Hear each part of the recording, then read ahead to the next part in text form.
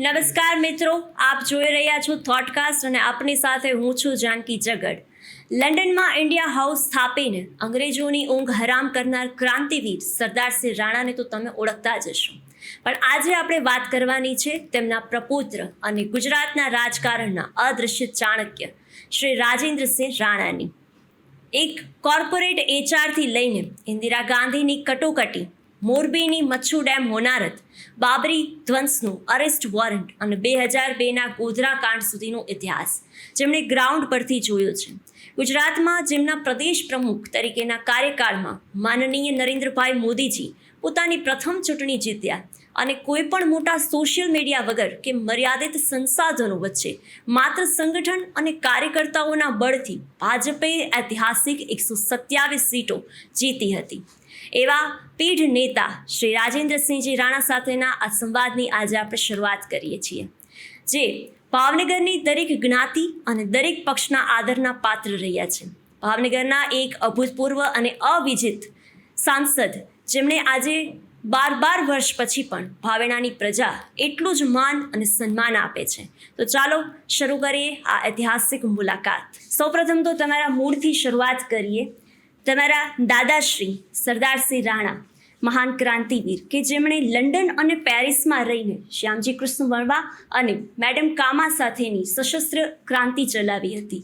આ આઝાદીના ઇતિહાસની વાતો અને અદૃશ્ય વારસાની જે વાતો છે એ આજની યુવા પેઢીઓએ ખાસ જાણવી જરૂરી છે. શા માટે?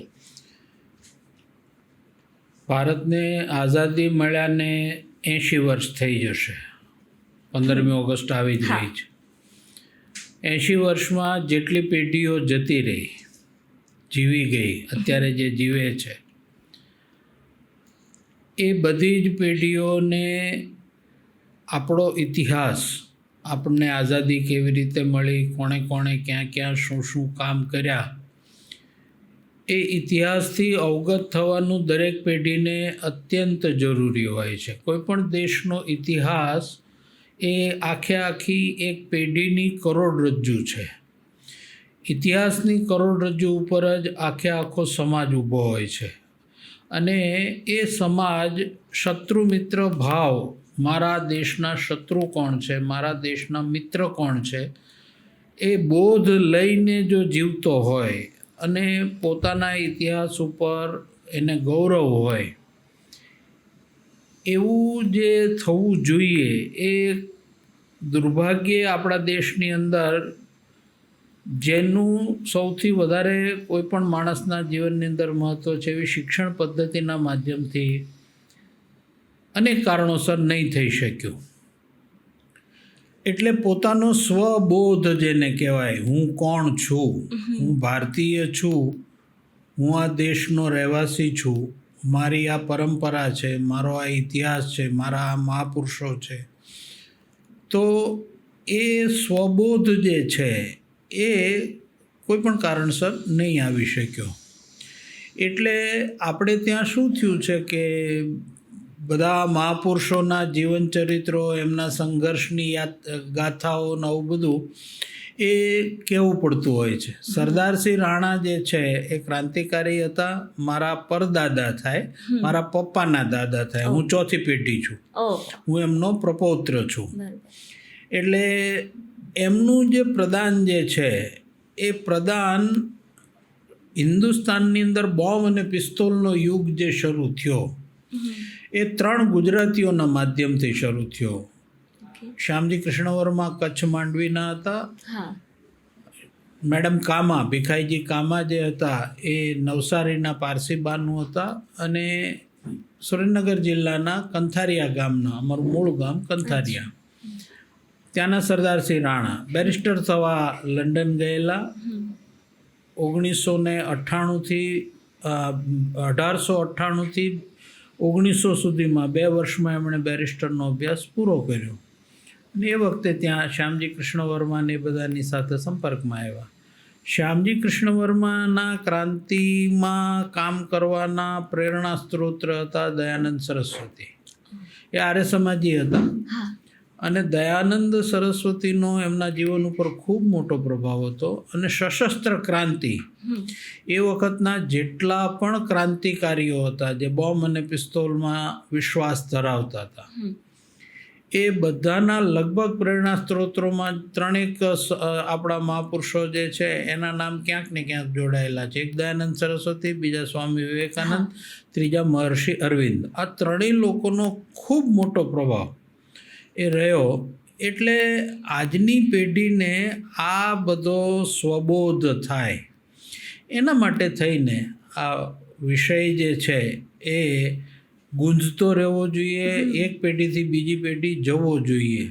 અને આ બધા જ આમ ગણો ને તો મેં શિક્ષણ પદ્ધતિની જે વાત કરી ને એમાં આ બધા ગુમનામ વીરો હતા, અનસંગ હીરો જેને કહેવાય, અનસંગ હીરો, એમની કથા છે આ બધી.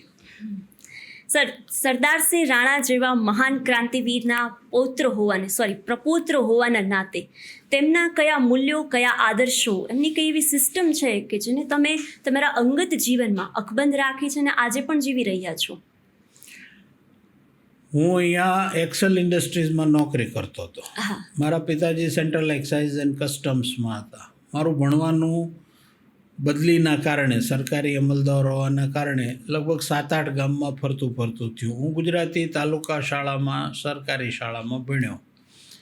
અને અહીંયા ભાવનગર આવ્યા પછી મારું ગ્રેજ્યુએશન થયું. અને પછી અહીંયા એક્સેલ ઇન્ડસ્ટ્રી એક હતી, કેમિકલ ફેક્ટરી હતી, અત્યારે સુમિટોમો છે, એમાં HR ડિપાર્ટમેન્ટની અંદર હું સર્વિસ કરતો હતો.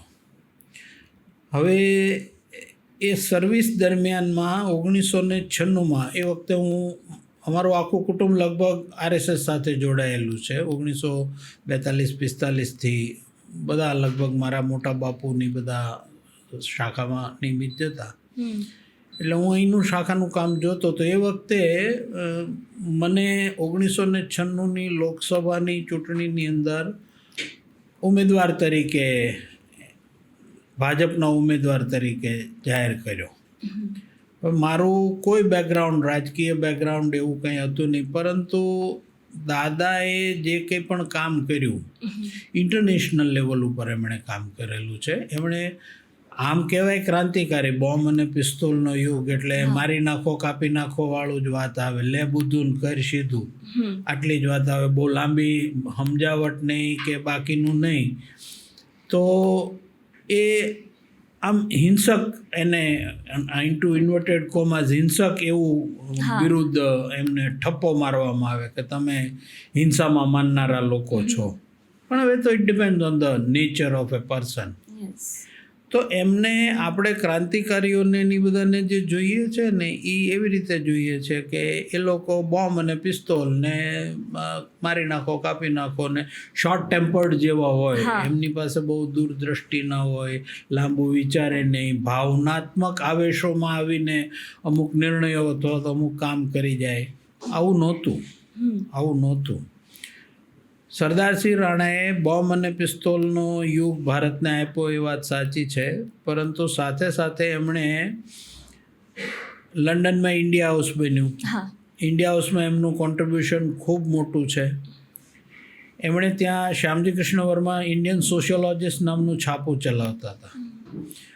આખા દુનિયાની અંદર અંગ્રેજ શાસનની વિરુદ્ધ એક મત બનાવવાનો, વર્લ્ડ વ્યૂ બને અને એ વ્યૂના આધારે દેશને આઝાદી મળે અને એની બાકીના કામ કર્યા કરવાના, પરંતુ વર્લ્ડ વ્યૂ બનાવવાનું કામ જે વૈચારિક છે એ ઇન્ડિયન સોશિયોલોજિસ્ટ 1905થી લગભગ 1930-35 સુધી ચાલ્યું. અલગ અલગ જગ્યાએથી ચલાવ્યું, છાપું ચલાવવું, અને એમાં પણ અંગ્રેજોની છાતી ઉપર લંડનમાંથી એમની જ વિરુદ્ધની અંદર એક છાપું કાઢવું અને ચલાવવું. સ્વિટ્ઝરલેન્ડમાંથી પણ ચાલ્યું, પેરિસથી બી ચાલ્યું. તો છાપું ચલાવવાનું કામ જે છે એ પણ એ કરતા હતા. સ્કોલરશિપ આપવાનું પણ કામ કરતા હતા. નવી પેઢીને તૈયાર કરવી હશે તો વૈચારિક રીતે એને જે તૈયાર કરવાની છે, તો અંગ્રેજોની ગુલામીમાંથી બહાર આવીને કંઈક કરવું.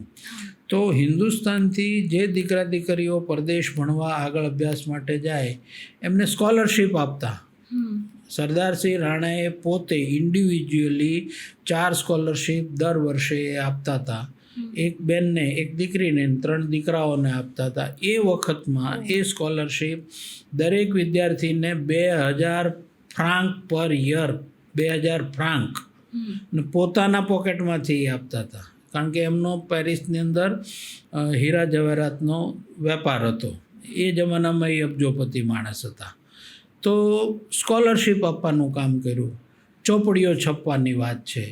સાવરકર જે છે એમણે 1857 એ war of independence, India's first war of independence, જે અંગ્રેજોએ બળવો આપણી ઉપર થોપી દેતો હતો, એમાં એ પુસ્તક એમણે ત્યાં ઇન્ડિયા હાઉસમાં બેસીને લખ્યું.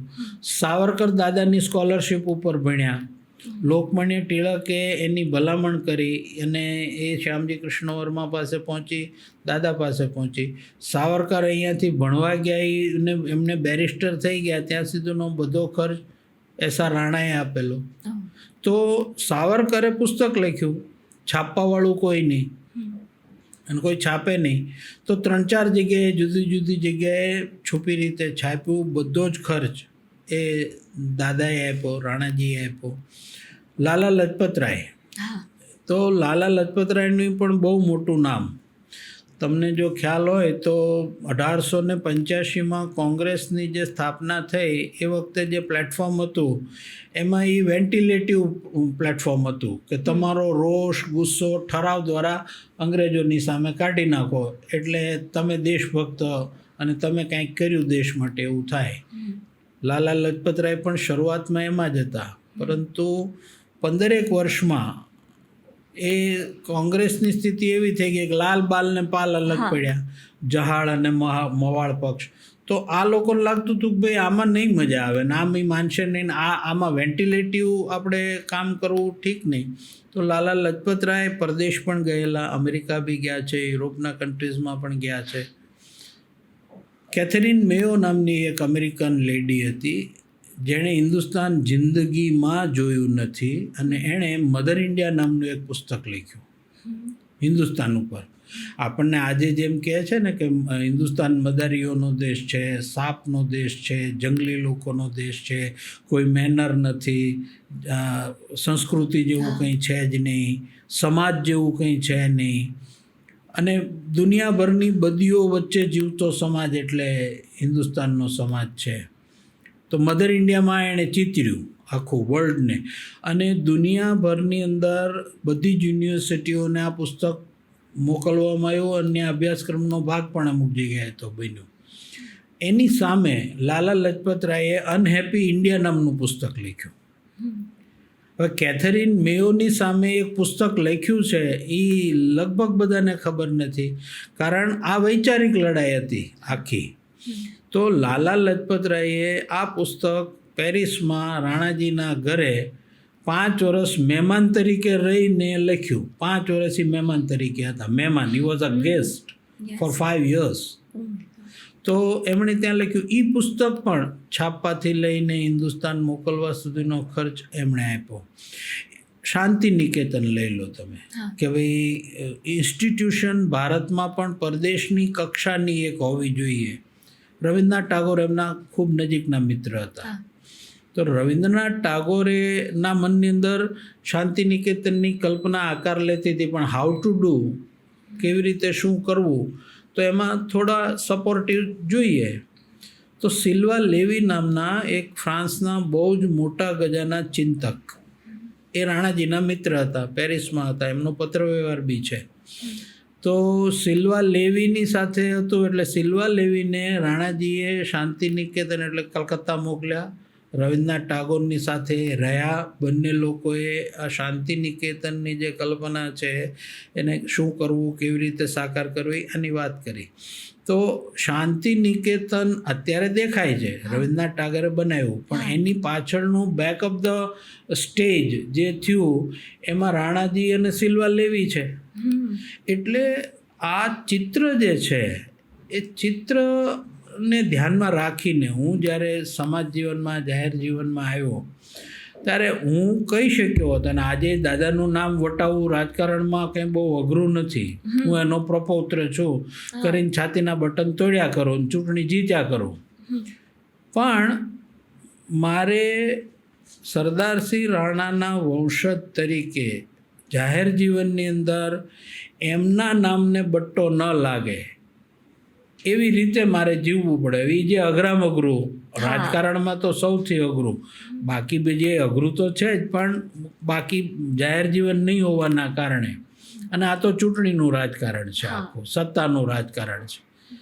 એટલે દાદા જે રીતે જીવ્યા, જે મૂલ્યો સાથે જીવ્યા, એને જીવવાનો પ્રયાસ હું એવું જીવો છું એવું મારો દાવો બી નથી, કરી ન શકું, કારણ એમના જોડામાં આપણો પગ આવે નહીં. એટલે જીવવાનો પ્રયાસ ચોક્કસ કર્યો. એક્ઝેક્ટલી. એમની લેગસીને જાળવવીને એ સૌથી મોટી જવાબદારી છે. સર, જેમ તમે કીધું કે તમે કોર્પોરેટ ફિલ્ડમાંથી આવો છો, ઘણા ઓછા લોકોને ખબર છે આ વાતની કે તમે રાજનીતિમાં આવતા પહેલાં ભાવનગરની એક્સેલ કંપનીમાં HR તરીકે નોકરી કરતા હતા. તો એક કોર્પોરેટ HRથી લઈ અને રાજનીતિના સર્વોચ્ચ શિખર સુધીની આ સફર કેવી રહી? એક્સેલમાં હું જોડાણો, અમારું એક્સેલનું કલ્ચર છે ને શ્રોફ ફેમિલીનું કલ્ચર છે. શિશી શ્રોફ, ગોવિંદજી શ્રોફ, કાંતિભાઈ શ્રોફ, કાંતિસેન શ્રોફ, જેને અમે કાકા કહીએ, ગોવિંદજીભાઈને અમે ભાઈ કહીએ. તો શ્રોફ ફેમિલીનું એક અલગ વિઝન, એક્સેલની સ્થાપના જે છે 1942ની અંદર શિશી શ્રોફે કરી કે હિન્દુસ્તાન સ્વાવલંબી બનવું જોઈએ આઝાદ થયા પછી પણ. તો એ પોતે કેમિકલ એન્જિનિયર હતા, એટલે એમણે હિન્દુસ્તાનમાં બનતી એ વખતે વ્હાઇટ ફોસ્ફરસ, જેને ફોસ્ફરસ કહેવાય, એ ફોસ્ફરસ બનતો નહોતો, પરદેશથી લઈ આવતો હતો. R&D કરીને એમણે બનાવ્યો અને એનું કારખાનું ત્યાં મુંબઈ જોગેશ્વરીમાં ને એ બધે થયું. ભાવનગરમાં શરૂ કર્યું. તો એની પાછળનું બેકગ્રાઉન્ડ જે છે એ દેશ સ્વાવલંબી, આ ઇન્ડસ્ટ્રી એટલે પૈસા કમાવા નહીં, પણ આ ભાવથી એમણે કરેલું. હવે એવી કંપનીમાં નોકરી કરવાનું બન્યું. તો એકચ્યુઅલ હું ક્લાર્ક તરીકે જોડાણો હતો અને મટીરિયલ્સ મેનેજમેન્ટમાં મને નોકરી મળી હતી. સ્ટોરમાં હતો. તો માલ જે આવે એને ચેક કરવાનો, એનું જે ચલણ હોય એ પછી એકાઉન્ટમાં મોકલવાનું, આ મારું કામ હતું. પણ સંઘના કારણે, RSSના કારણે, લોકો સાથેનું ડીલિંગ અને આ બધાના કારણે ડિગ્રી મારી પાસે કાંઈ નહોતી, MSW નથી. હું BCom ગ્રેજ્યુએટ એ વખતે હતો અને એ પણ 36-38% સાથે પાસ થયેલો સ્ટુડન્ટ એ વખતે હતો હું. તો એ એક્સેલવાળાએ અમારામાં શું છે કે વ્યક્તિની સ્કિલ અને એબિલિટી પ્રમાણે એક્સેલમાં એને કામ આપવામાં આવે. એટલે મને સ્ટોરમાંથી, મટીરિયલમાંથી લઈને સીધો હ્યુમનમાં, પર્સનલમાં મૂક્યો. એટલે લોકો સાથેનું ડીલિંગ ને એ બધું આવ્યું. પર્સનલમાં આવ્યા પછી મેં LLB કર્યું અને ખૂબ બધા કાર્યક્રમો ત્યાં પણ કર્યા. એમાં એક અગત્યનો જે કાર્યક્રમ કર્યો, જે લેન્ડમાર્કિંગ ગણાય અને એનો ફ્રી હેન્ડ મને મળ્યો હતો, એ તરુણ વિકાસ શિબિર અમે કરેલો. દર ઉનાળાના વેકેશનમાં 10મા-12માની પરીક્ષા પૂરી થઈ જાય પછી દીકરા દીકરીઓને લગભગ 30-40 દીકરા દીકરીઓને વેકેશનમાં મે મહિનામાં સવારે 6 થી બપોરે 1 વાગ્યા સુધી એમને એક્સેલમાં અમે રાખતા.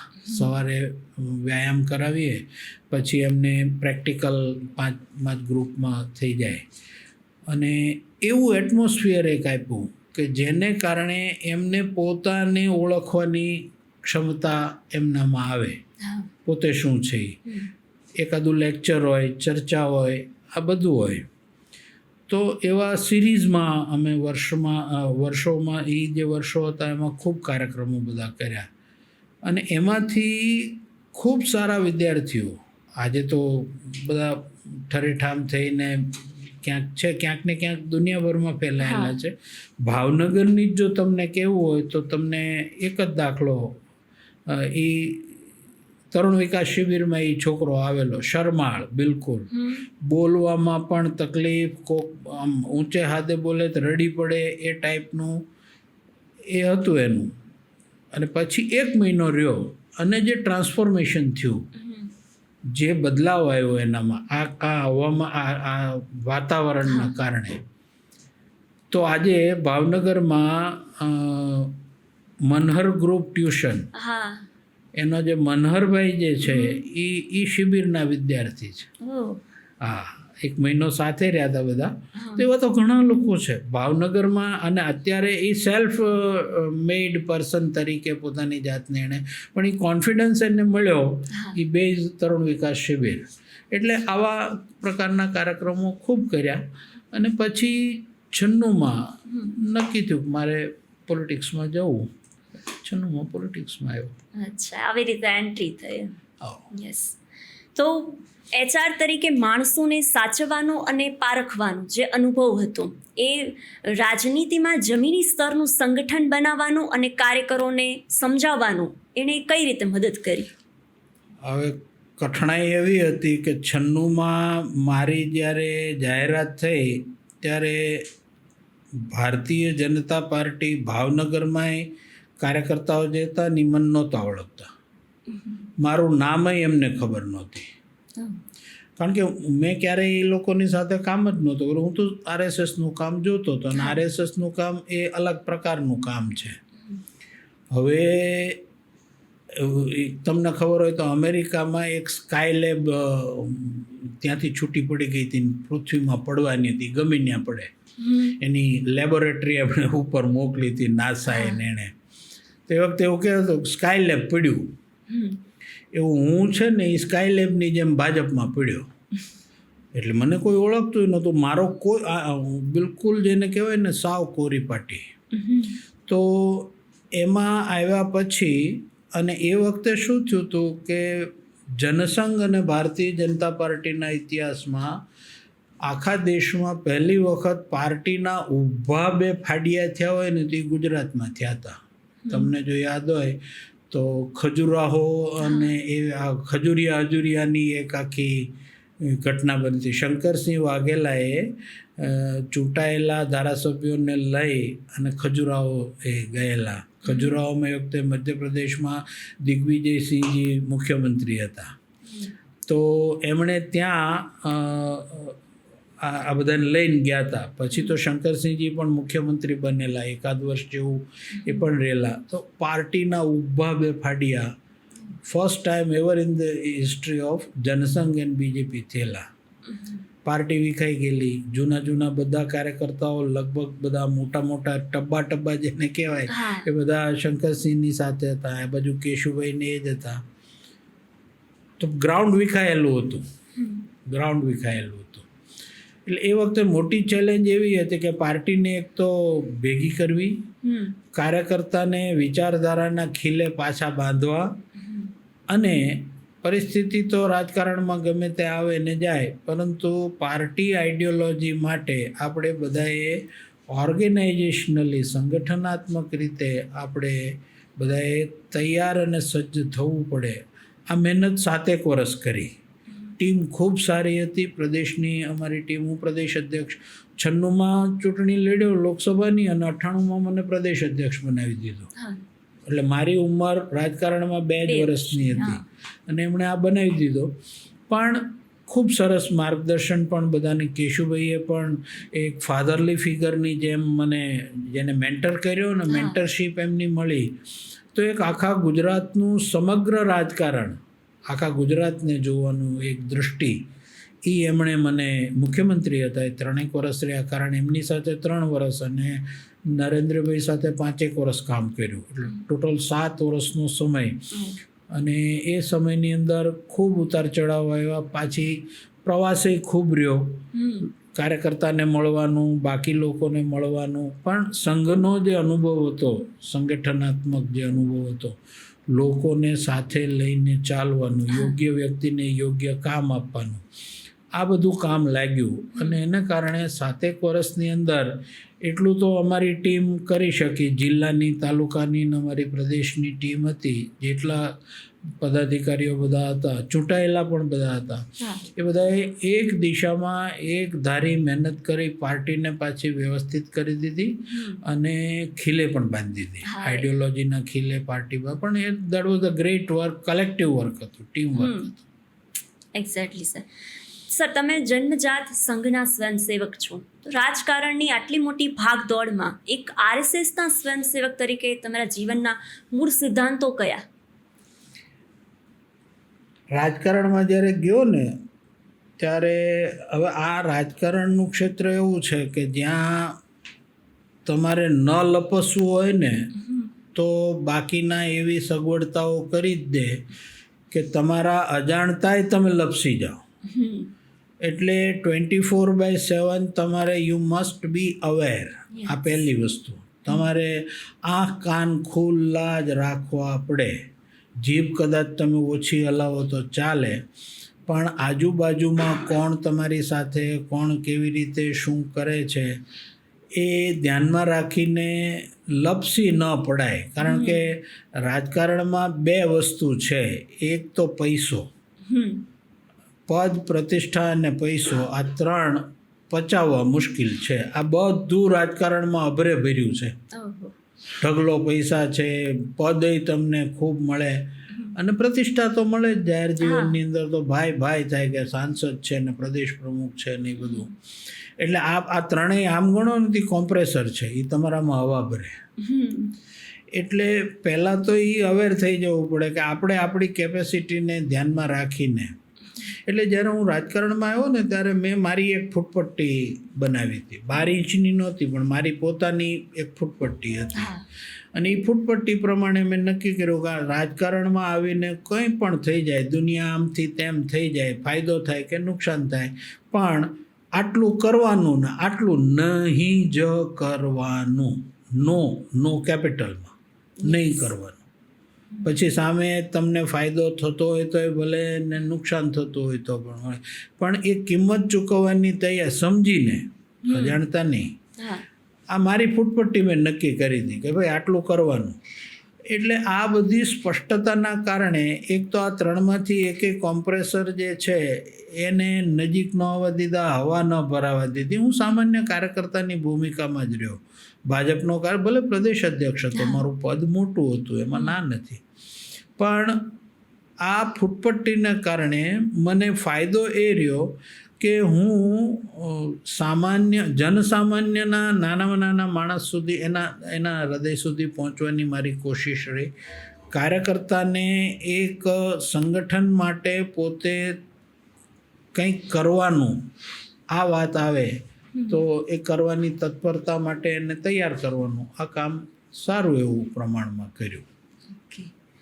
સર, 1975માં ઇન્દિરા ગાંધીની કટોકટીની લડાઈ લડાણી હતી. તો એ સમયે ભારતમાં રાજકીય અને સામાજિક માહોલને તમે એક યુવાન તરીકે કઈ રીતે જોયો? પોરબંદરમાં હું એસવાય અડધું થયું હતું મારું, અને એ એસવાય અડધું થયા પછી ભાવનગર બદલી થયેલી અમારી. એટલે હું ત્યારે ભાવનગર આવ્યો, અને આવ્યા પછી અહીંયા કોલેજમાં MJ કોલેજમાં એડમિશન લીધું. અને ઇન્દિરા ગાંધીએ દેશમાં કટોકટી નાખી. એ કટોકટીમાં અમારા કુટુંબમાંથી મારા 2 મોટા બાપુ, મારા પપ્પાના 2 ભાઈઓ, મોટા ભાઈ, એક RSSને કારણે અને એક જનસંઘના કારણે એ સાબરમતી મીસામાં હતા. મારા પપ્પા government officer, central excise and કસ્ટમમાં. હું ભણું, મારી પાછળ વોરંટ હતું. એ વખતે વોરંટ હતું, પણ એ વખતે નક્કી એવું થયું હતું કે ભાઈ મારે ભણવાનું છે, બીજી કોઈ જવાબદારી વગેરે છે ને, એટલે પકડાવાનું નથી. એટલે 19 મહિના અંડરગ્રાઉન્ડ રહીને કામ કર્યું. પણ એ વખતની જે આખી રાજકીય પરિસ્થિતિ હતી, એ રાજકીય પરિસ્થિતિ ખૂબ ભયાનક હતી. અને આખો દેશ જાણે એક જેલમાં પરિણમ્યો હતો. ભાવનગરમાંથી પણ ઘણા લોકોને મીસામાં જવાનું થયું હતું. એ બધાના ઘરે જવાનું, હવે એ વખતે ઘરે જઈ અને તમે બેહો, તમને કોઈ પાણી ન પાય, ચાય શીનું પાય ઘરમાં. એટલે કારણ કે એ લોકો દુઃખમાં હોય, કારણ વગર એના દીકરાને લઈ ગયા હોય. સ્વાભાવિક છે, કુટુંબ તો આખું અગેન્સ્ટ જ હોય. તો સતત એ કુટુંબની જરૂરિયાતો એની ગેરહાજરીમાં આપણે બધાએ કલેક્ટિવલી પૂરી કરવી. અંડરગ્રાઉન્ડ વર્ક કરવાનું, કામ કરવાનું, પત્રિકાઓ છાપવાની, પોસ્ટર્સ છાપવાના, એ રાતે છાપવાના. એ વખતે તો સ્કૂટર વગેરે હતું નહીં, એટલે સાયકલ જ હતી. તો એ વખતે ઓન એન એવરેજ રોજનું લગભગ 60થી 70 કિલોમીટરનું સાયકલિંગ અમસ્તું થઈ જતું. અહીંથી વલભીપુર જવું હોય તો રાત્રે નીકળીએ જમીને, ત્યાં સાયકલ લઈને પહોંચીએ, ત્યાં મિટિંગ કરી અને સવાર 7 સુધીની અંદર ભાવનગર પાછા આવી જવાનું. હું કોલેજ નથી જઈ શક્યો. લાસ્ટ યર મારું જે છે એમાં બહુ ઓછા દિવસો હું કોલેજ જઈ શક્યો છું, આ જ કામમાં હતો. એટલે એ ચેલેન્જિંગ વર્ક હતું આખું. ભાવનગરમાં પણ ખૂબ મોટા ગજાના એ વખતના અને આજના પણ નામ જે છે, તો એક જ નામ કદાચ આપું તમને, સુબ્રમણ્યમ સ્વામી. એ વખતે એ ચાઇનીઝ ઇકોનોમી ઉપર એમણે ડૉક્ટરેટ કરેલું અને હિન્દુસ્તાન આવેલા, અને ઇન્દિરા ગાંધીના બહુ મોટા ક્રિટિક હતા. એટલે એ પણ આ આંદોલનમાં અંડરગ્રાઉન્ડમાં હતા, એમને પણ નહોતું પકડાવાનું. ભાવનગરમાં 2 વખત આવી ગયા છે. હું તો નાનો છોકરો હતો, કોલેજમાં લાસ્ટ યરમાં ભણતો, અને એ પણ યંગ હતા. તો સાયકલ ઉપર ખૂબ ફરવાનું થયું છે એમની હારે. એટલે આવા મોટા ગજાના લોકો સાથે રહીને કંઈક જોવા, જાણવા, શીખવાનું એ વખતે પણ મળ્યું છે. અને એ વખતના જે પ્રયાસો થયા એમાં ચૂંટણી જ્યારે ડિક્લેર કરી ઇન્દિરા ગાંધીએ, ત્યારે ચૂંટણીનું કામ પણ પ્રસન્નવદનભાઈ મહેતાને અહીંયાથી ઊભા રાખેલા. એ ના પાડતા હતા કે મારે આમાં ઊભું જ નહોતું, હું જીતું જ નહીં. પરાણે મનાવીને એમને ઊભા રાખ્યા. બધાએ ખૂબ મહેનત કરી અને અભૂતપૂર્વ પરિણામો એ વખતે આવેલા. પણ એ આખો કાલખંડ છે એ આખો એક અલગ વિષય જ થઈ જાય, આખો અલગ વિષય થઈ જાય. કારણ એ વખતની રાજકીય પરિસ્થિતિ, ઇન્દિરા ગાંધીની કામ કરવાની સ્ટાઇલ, દેશ અને દુનિયાની અંદર બદલાતા સમીકરણો જે હતા, પ્રવાહો હતા, પ્રસંગો હતા, એ ઘણું, એટલે આખો એક અલગ જ વિષય થઈ જાય. પણ નટ એન્ડ શેલમાં કેવું હોય તો આઝાદ ભારતની અંદર સૌથી પહેલી વખત લોકશાહી સિસ્ટમ ઉપરનું જે ચેલેન્જ મોટું ઊભું થયું, એ ઇન્દિરા ગાંધીએ પોતાની સત્તા ટકાવી રાખવા માટે જે પ્રયોગ કર્યો, અલ્ટિમેટ પ્રયોગ જેને કહી શકાય, ખૂબ નુકસાનકારક રહ્યો, પણ એમણે એ કર્યો. પણ દેશ એમાંથી પાર પડી ગયો. અને એપ્રોક્સ કેટલા મહિના એ ચાલી? 18 કે 19 મહિના ચાલી. ગુજરાતમાં નહોતી, કારણ ગુજરાતમાં બાપભાઈ જસભાઈ પટેલની જનતા સરકાર હતી. એટલે બાપભાઈ જસભાઈ પટેલ હતા, એટલે અહીંયા પ્રમાણની અંદર બહુ ઓછી ધરપકડો થઈ હતી, બહુ ઓછો સિતમ થયો હતો, બહુ ક્રૂરતા અહીંયા નહોતી. બાકીના જગ્યાએ તો જે ક્રૂરતાઓ થઈ છે, પકડીને જે લોકોને જે રીતે માર્યા છે, જેલમાં પૂરી દીધા છે, આવું બધું જે છે. મારા એક ભાઈબંધ હતા, એ શિક્ષક તરીકેની નવી નોકરી મળી, જૈન પરિવારમાંથી આવે, વાણિયાનો દીકરો, શાખામાં આવતા, અને શિક્ષક તરીકેની નોકરી. હવે જે જગ્યાએ વડવામાં શિક્ષક હતા ને, ત્યાં એના ટ્રસ્ટીમાં એક કોંગ્રેસના હતા. એ કોંગ્રેસના હતા, એને આ ખબર પડી કે આ ચડ્ડી છે, એટલે એણે લખીને બધા કાગળિયા કરી અને એક દિવસ રાત્રે આવી અને એને ઉપાડી ગયા સાબરમતી. હવે એના ઘરે મારો ભાઈબંધ, અને એના ઘરે મારે રોજ જવાનું. હવે એ વખતે તો ઓલા પ્રાઇમસ હતા, બડબડિયા પ્રાઇમસ હતા, Y2 વાળો પ્રાઇમસ હતો. એની બા રોવે ને બોલે ને બધું કરે. પણ પછી હું કહું, બા ચા મૂકો, એ ગાળું દેતા ચાય મૂકે, બધું કરે. પણ એ જે સમય કાઢ્યો ને એ વખતે, એ સમય કપરો. આવા તો ઘણા કુટુંબો હતા. પછી તો છૂટીને બહાર આવ્યા, પછી અહીં દક્ષિણામૂર્તિમાંથી રિટાયર બી થયા. એમના ઘરે સંબંધ, એટલે બાનો અંતિમ સમય જ્યારે હતો ને, અને હું હતો ત્યાં, તો બાએ એ વખતે મને મારી સામે જોઈને કીધું હતું કે મેં તને બહુ હેરાન કર્યો છે કટોકટીમાં. પણ મેં કીધું બા, એ વખત તો સ્થિતિ અલગ હતી. એટલે આવા જે ઓલામાંથી પસાર થવું પડ્યું, એ કટોકટીમાં પસાર થવું પડ્યું.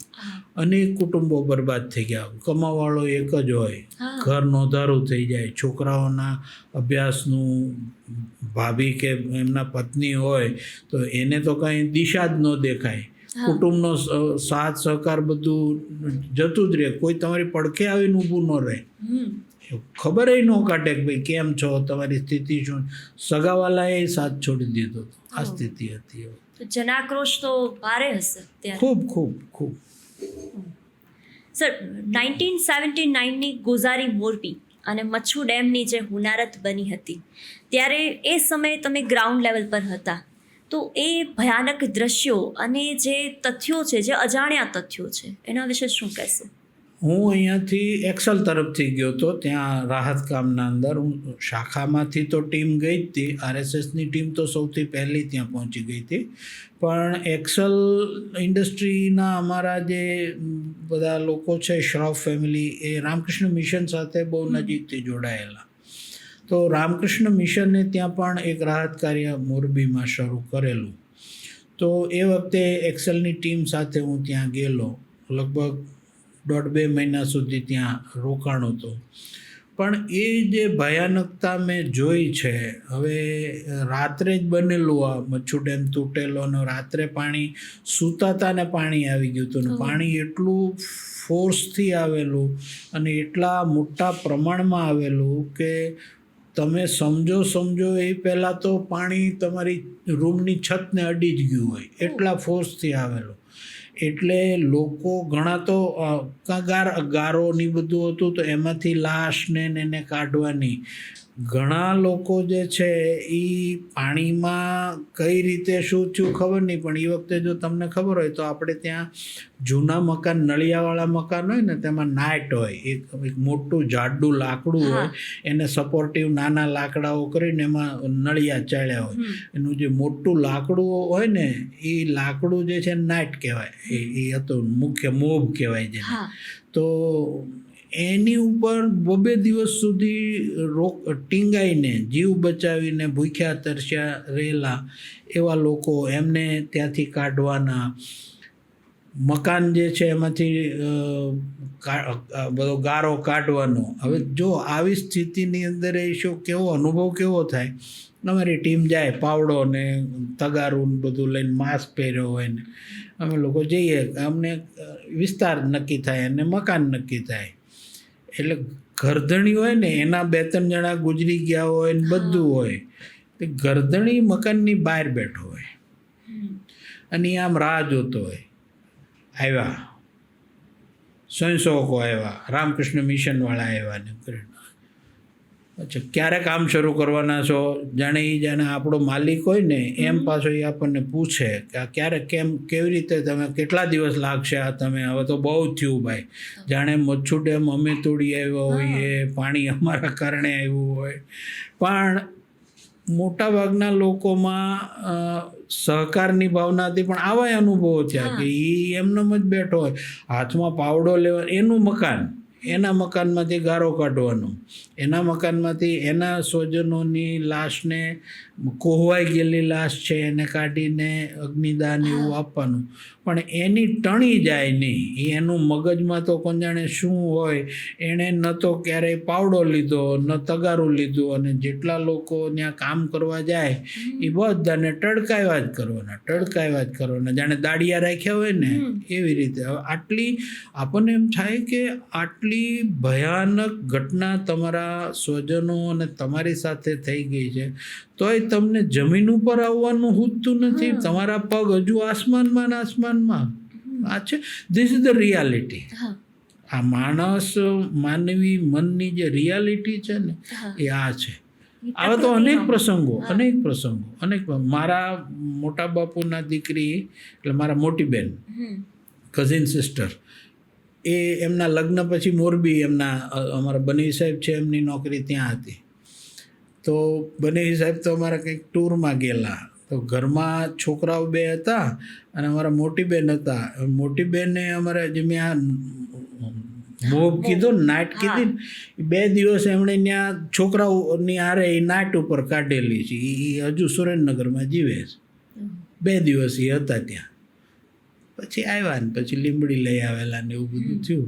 પણ એ ઘટના તો આખી, જેને કહેવાય ને સેવા કરવી, અને જેની સેવા કરવી છે એની માનસિકતાને ધ્યાનમાં રાખીને અને બધું સાંભળીને તમારે આ કરવાનું. એટલે માથા ઉપર તો બરફની પાટીઓ જ રાખવી પડે, છૂટકો જ નહીં, છૂટકો. કારણ એ પરિસ્થિતિમાંથી પસાર થયા છે એટલે આવો વ્યવહાર કરે છે. આવું સમજીને આપણે જતું જ કરવું પડે, એમના આક્રોશને સહન કરવું પડે. છૂટકો જ નહીં. કારણ કે એ સફર એ થયા છે, આપણે બહારથી આવ્યા છીએ. હા.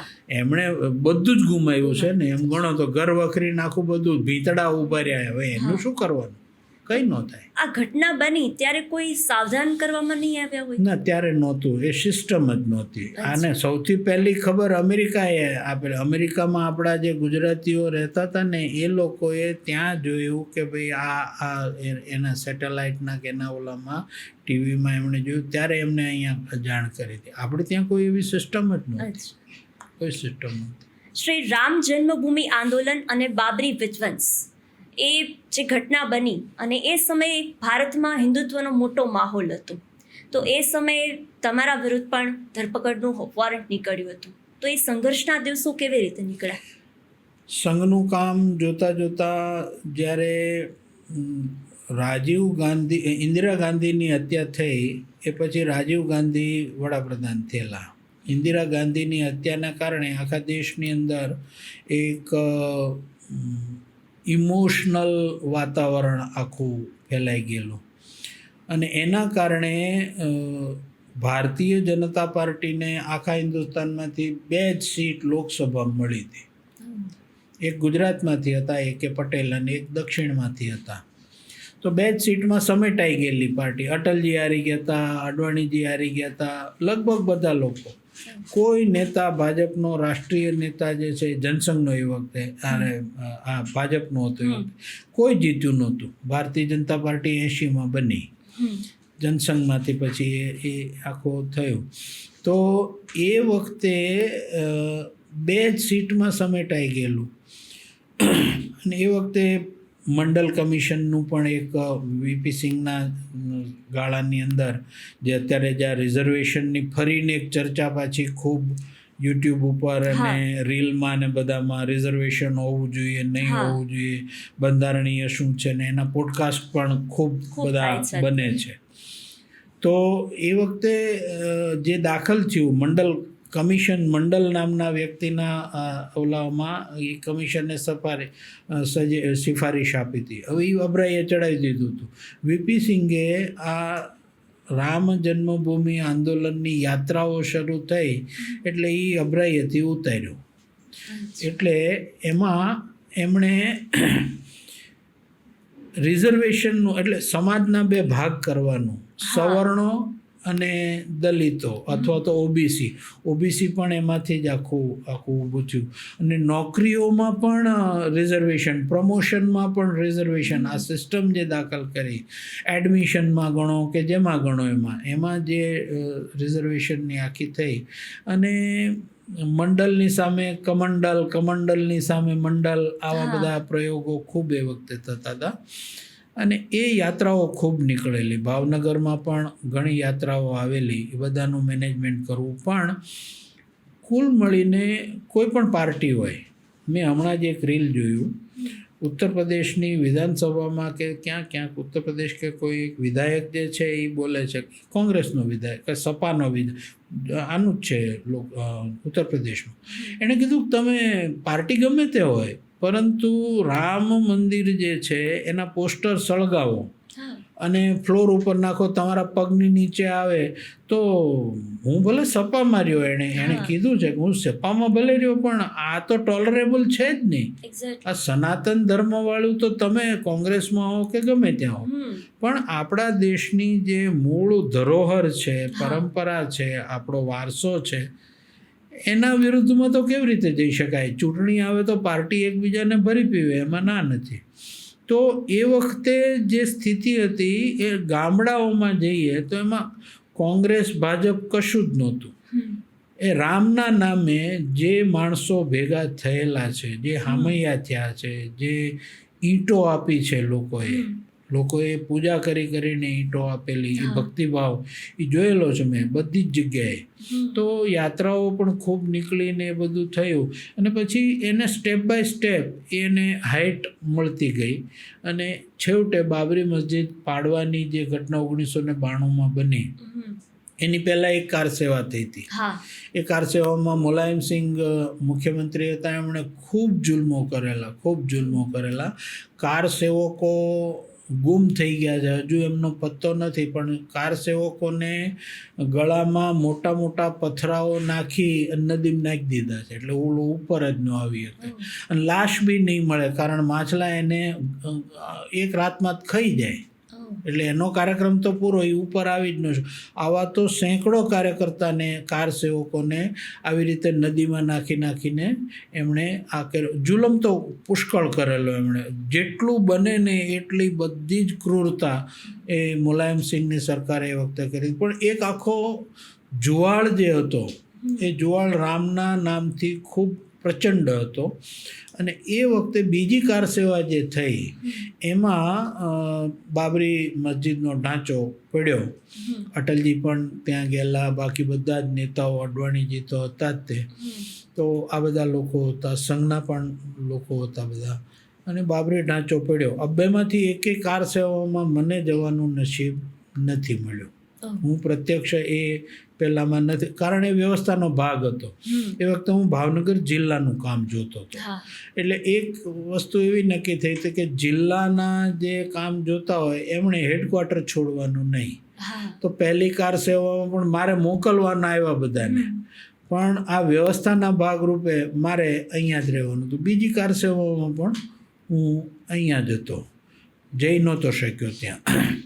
અને એ વખતે બાબરી ઢાંચો પડ્યા પછી બીજે દિવસે અહીંની પોલીસમાં 2 લોકોના વોરંટ આવેલા. એ લોકો જઈને આ 2 ભાવનગરના 2 લોકો છે એ બાબરી ઢાંચો પાડી આવ્યા છે. એક સુમનભાઈ પારેખ હતા, બહુ જૂના અમારા કાર્યકર્તા, મારા પપ્પા જેમના હાથ નીચે શાખામાં તૈયાર થયા. એ અહીંયા વિદ્યાનગરમાં રહેતા, વકીલાત કરતા હતા. અને એક મારું નામ હતું. હવે અમે બે ત્યાં ગયા નહોતા, જામીન લીધા અને કેસ ચાલ્યો ને એ બધું થયું, કોર્ટમાં હાજર થયા અને છૂટી ગયા. પણ કારણ કે અમે ત્યાં હતા જ નહીં બેમાંથી કોઈ.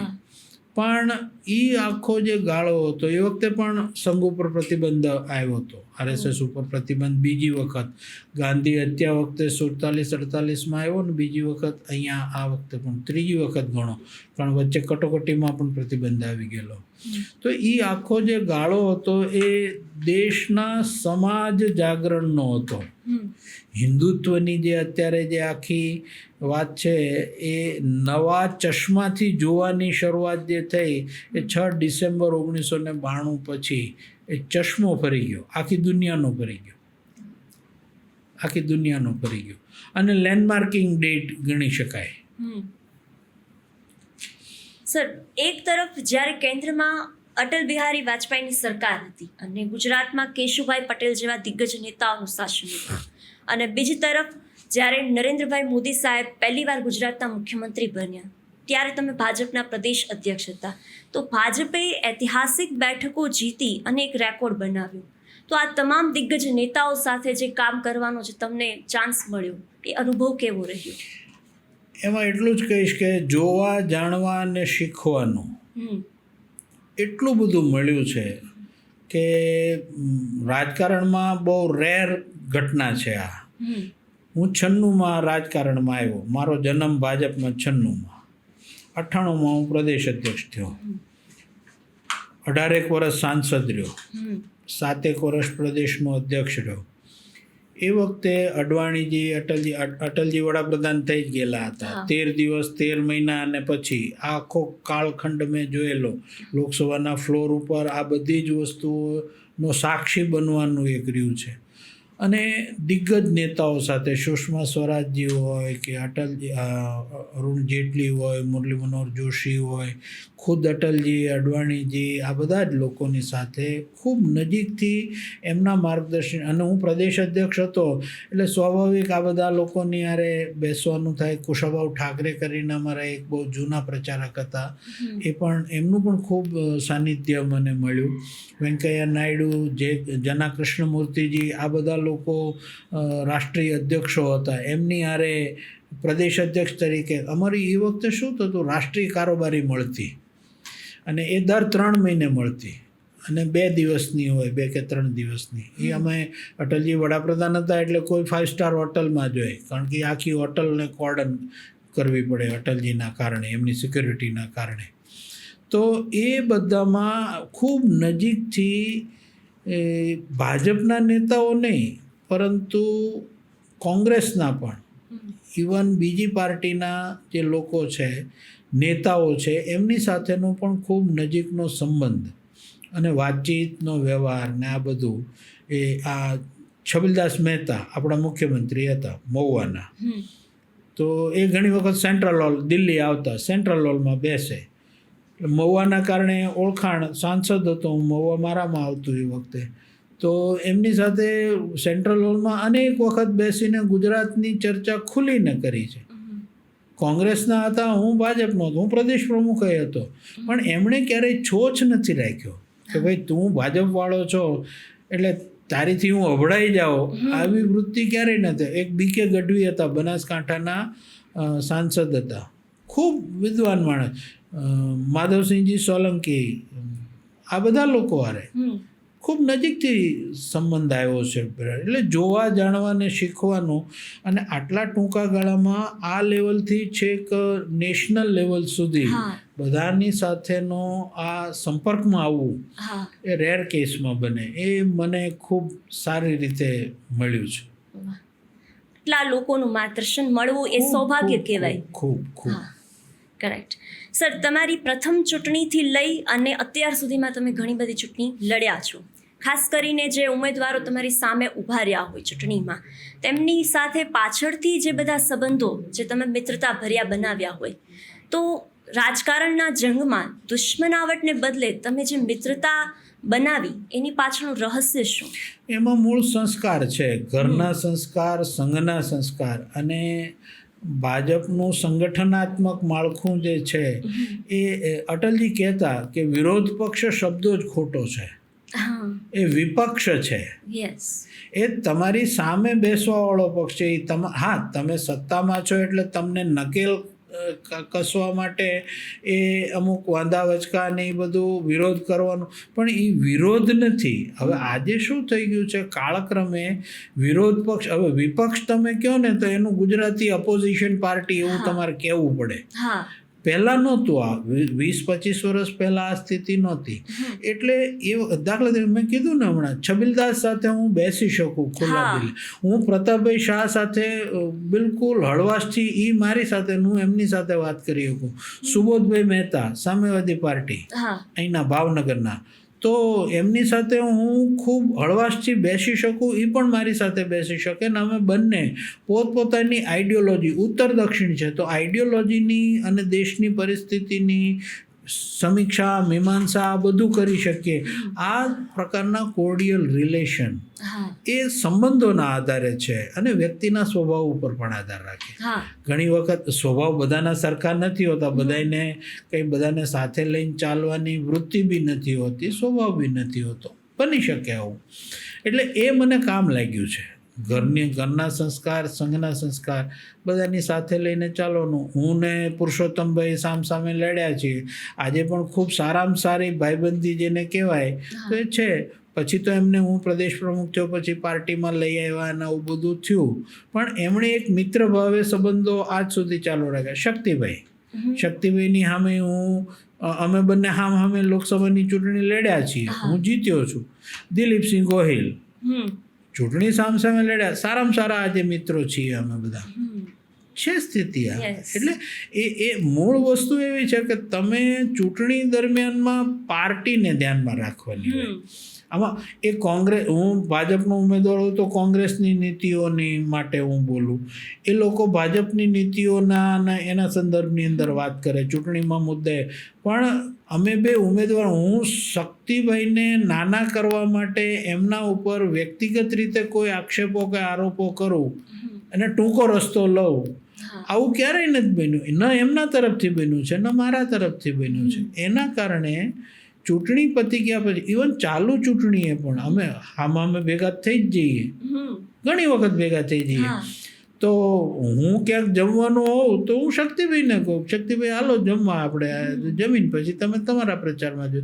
બન્યું છે ઘણી વખત એવું. ઘણી વખત એ મને કહે તો કોંગ્રેસવાળાને ન્યાય હું જમ્યો છું, ચાલુ ચૂંટણીએ જમેલા છીએ, રે આ બધી વસ્તુઓ. તો પણ મૂળ વસ્તુ એવી છે કે સત્તા આવ્યા પછી પણ અલ્ટિમેટલી તો ગોલ સત્તા નથી, સવાલ જનતા છે, હા એક્ઝેક્ટ. વોટર છે, જનતા છે, કુલ મળીને એ છે.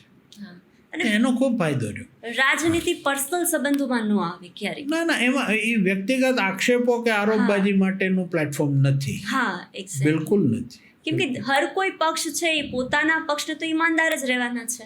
બિલકુલ રહેવાનું અને રહેવું જ જોઈએ, રાધર રહેવું જોઈએ. એમનું કમિટમેન્ટ જ એમની આઈડિયોલોજીના સંદર્ભમાં છે. હા એ દાયરો એમણે છોડાય જ નહીં, છોડાય જ નહીં.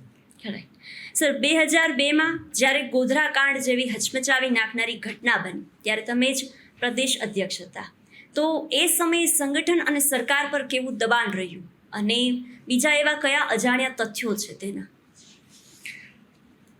એ આખી જે ઘટના જે છે એ S6 ડબ્બો સળગવો ગોધરામાં, એ વખતે હું દિલ્હી હતો, અમારું સત્ર ચાલુ હતું, બજેટ સત્ર ચાલુ હતું. સવારે મને ફોન આવ્યો કે આવું ઘટના બની છે, એટલે તમે તાત્કાલિક પ્રદેશ અધ્યક્ષ હતો એટલે અહીં આવી જાઓ. નરેન્દ્રભાઈ મુખ્યમંત્રી હતા એટલે પછી એક ઇમરજન્સી મિટિંગ બી અમારી મળી અને એમાં પરિસ્થિતિનો ક્યાસ લીધો. પણ એ વખતે બહુ પ્રાઇમરી ક્યાસ હતો, કારણ નરેન્દ્રભાઈને પણ ગોધરા નીકળવાનું હતું ને આવું બધું હતું. પણ એ વખતે આખી સંગઠનાત્મક જે ફરીને રાજપા ભાજપા પછી ચેલેન્જિંગ જો કોઈ સ્થિતિ આવી હોય પાર્ટીને માટે સંગઠનાત્મક રીતે પણ, તો એ આ ગોધરાનું ભૂકંપ વખતે હતી, પણ એ કુદરતી હોનારત, આ માનવ સર્જિત હતી. તો એમાં જે વૈમનસ્ય ઊભું થયું, દૂરી ઊભી થઈ અને એના કારણે જે એક્શન્સ વગેરે આવ્યા, એની પ્રતિક્રિયાઓ પણ આવી, ક્રિયા પ્રતિક્રિયા બંને પક્ષે રહી. અને આખી દુનિયા આમ ગણો ને તો લગભગ નરેન્દ્રભાઈની વ્યક્તિગત રીતે વિરુદ્ધમાં અને ભારતીય જનતા પાર્ટી અથવા તો હિન્દુત્વવાદી જે લોકો છે એમની વિરુદ્ધમાં આખું અસ એન્ડ ધેમ વાળો મામલો થઈ ગયેલો. તો એ વખતે પ્રવાસ પણ ખૂબ કર્યો, કાર્યકર્તાઓ સાથે પણ મળ્યો, અન્ય જે સંસ્થાઓ વગેરે છે એમની સાથે પણ ખૂબ સારા સંવાદો કર્યા, બેઠા, યોજનાઓ બનાવી, શું કરવું શું નહીં, ક્યાં અટકાવવું, શું કરવું, આવું બધું એ જે તે સ્થાનિક નેતાઓ જે છે એમની સાથે પણ, જે સામાજિક કાર્યકર્તાઓ છે જે ભાજપ સિવાયના બી છે, તો એમની સાથે પણ મળવાનું ને બધું કરી અને એ પીરિયડ તો પસાર કર્યો. પણ બહુ જ ભયાનક એ આખો પીરિયડ હતો, આખો ભયાનક પીરિયડ હતો. અને ગ્રાઉન્ડ લેવલે જુઓ એ અસહ્ય કહેવાય. તમને કહું ને, હું અહેસાન જાફરી અમદાવાદના સાંસદ હતા, ત્યાં સરખેજમાં રહે, જુહાપુરામાં. હવે એમના ઘરને સળગાવી દીધું, એ જીવતા સળગી ગયા એમાં. એ એકદમ આખું મકાન, એમના કુટુંબમાંથી એમના પત્નીની બધા બચી ગયા. તિસ્તા સેતલવાડ જો નામ સાંભળ્યું હોય તો, એ અહીંયા આ લોકોનું કામ કરતી હતી. તો એ તિસ્તા સેતલવાડ જે છે એમણે અહેસાન જાફરીના પત્નીના નામથી કોર્ટમાં એક પેલી કરી અને એમાં 113 કે 14 જેટલા ના 67 લોકો, 67 કે 68 આરોપીઓ બનાવ્યા હતા કે આ લોકોએ અહેસાન જાફરીને મારી નાખ્યો. 19 નંબરનો આરોપી હું. શું કામ? હું પ્રદેશ અધ્યક્ષ હતો એટલે આરોપી ગણાવું. કારણ ગોધરા ઘટના બન્યા પછી બીજે દિવસે ગુજરાત બંધનું એલાન ભારતીય જનતા પાર્ટીએ વિશ્વ હિન્દુ પરિષદની સાથે આપેલું. હવે એ મેં આપેલું, મારા નામથી જ જાય. હવે એ થયું એટલે આ બધા ખૂનામરકી થયા અને એમાં અહેસાન જાફરીને હળગાવી દીધા. ને એ વખતે પ્રદેશ પ્રમુખ કોણ હતું? કે રાજેન્દ્રસિંહ રાણા હતા. હું 17મો કે 18મો આરોપી. હું સીટમાં પણ જઈ આવ્યો છું અને બધે જઈ આવ્યો છું. એટલે આટાપાટા તો ચાલ્યા જ કરવાના. મેં ખૂબ એવા મોટા મોટા ગજાના લોકો જેને આપણે બહુ માનની નજરે જોઈએ, તો એવા લોકોને મેં એરપોર્ટ ઉપર આ જ કામ માટે આવવા માટે જોયા છે અને અહીંયા અમદાવાદ એરપોર્ટ ઉપર ઉતરે, સર્કિટ હાઉસ આવે અને એ લેવલના લોકો હોય બધા કે જે સર્કિટ હાઉસમાં રહી શકે, રાજકારણ સાથે સીધો જ એમનો સંબંધ છે એવા, અને આવીને જે નામનું લિસ્ટ કાઢે એ નામનું લિસ્ટ સાંભળીને આપણને કંઈક થઈ જાય કે આ લોકોને મળીને નહીં તમારે કરવું જ શું અહીંયા આવીને. એટલે મૂળ તો આગ ચાંપવાનો જ ધંધો કરવાનો, સાંજે પાછા જતા રહે. અમે જોયું છે, મારી નજરે જોયા છે. એટલે જેને તમે એમ ગણો કે સ્ટાલવર્ટ લીડર્સ જે હતા એ 2 ઇંચના નહોતા, આંગળીના 3 વેઢા ન થાય એટલા એ એમની હાઈટ ગણો તો એ મેં પ્રત્યક્ષ જોયેલી છે. એ વખતે બધું ભૂલવું પડે કે ભાઈ આ ઠરે, જેટલું ઠરે એટલું વધારે સારું, પણ એમાં તો ઘાસલેટ નાખવાનું જ કામ. બધા દાવ પેચ જ ચાલતા હોય. એ પોતાની રમતમાં જ મસ્ત. એટલે મૂળ સવાલ વેસ્ટેડ ઇન્ટરેસ્ટનો છે. વેસ્ટેડ રોટલા ઘણા શેકી લીધા એ દરમિયાનમાં, ઘણા શેકી લીધા. સર, તમારા સાંસદ તરીકેના કાર્યકાળ દરમિયાન ભાવનગરને જે રેલવે ટ્રેન મળી અને જે બ્રોડગેજ લાઇન મળી, અને એ સાથે જ એક બીજો પ્રશ્ન પૂછવો છે કે અલંગ શિપ બ્રેકિંગ યાર્ડનો જે TDSનો જે જટિલ મુદ્દો હતો જે તમે સોલ્વ કર્યો, એ બંને પાછળની મહેનત કેવી હતી? ભાવનગરની લોકસભાની ચૂંટણી એ એક મુદ્દા ઉપર જ મોટાભાગે કોંગ્રેસ હોય કે ભાજપ હોય લડતું હતું કે ભાવનગરને બ્રોડગેજ લાઇન મળે, ભાવનગર મુંબઈ સાથે જોડાય. હવે એ વખતે વિકલ્પો પણ હતા. ભાવનગરને મૂળ તો ધોલેરા થઈને એ જે આખું જે વડોદરા સાથે જોડવાનું, તો એનું તારાપુર રેલવે લાઇન જેને કહેવાય એનું પણ એક ચાલતું હતું. તો શરૂઆતમાં 96ની ચૂંટણી, 98ની ચૂંટણી, આવી બધી ઉપરાઉપરી જે ચૂંટણીઓ આવી, તો 11મી લોકસભા, 12મી, 2 લોકસભાની અંદર આ મુદ્દો બહુ જ ગરમ હતો. 13મી લોકસભા વખતે અટલજી વડાપ્રધાન બન્યા, નીતિશ કુમાર રેલવે મંત્રી બન્યા. એટલે ભાજપની સરકાર હતી અને નીતિશજીને મળી અને વાત થઈ, તો એમાં પણ ખૂબ ચર્ચાઓ ને એવું બાકીનું બધું થયું. અહીંયા પણ બધા વિપક્ષો જે છે એમની પણ આંદોલન ને બાકીનું બધું નથી કરી શકતા અને આવું બધું, એ તો ચાલે, રાજકારણની રમત છે.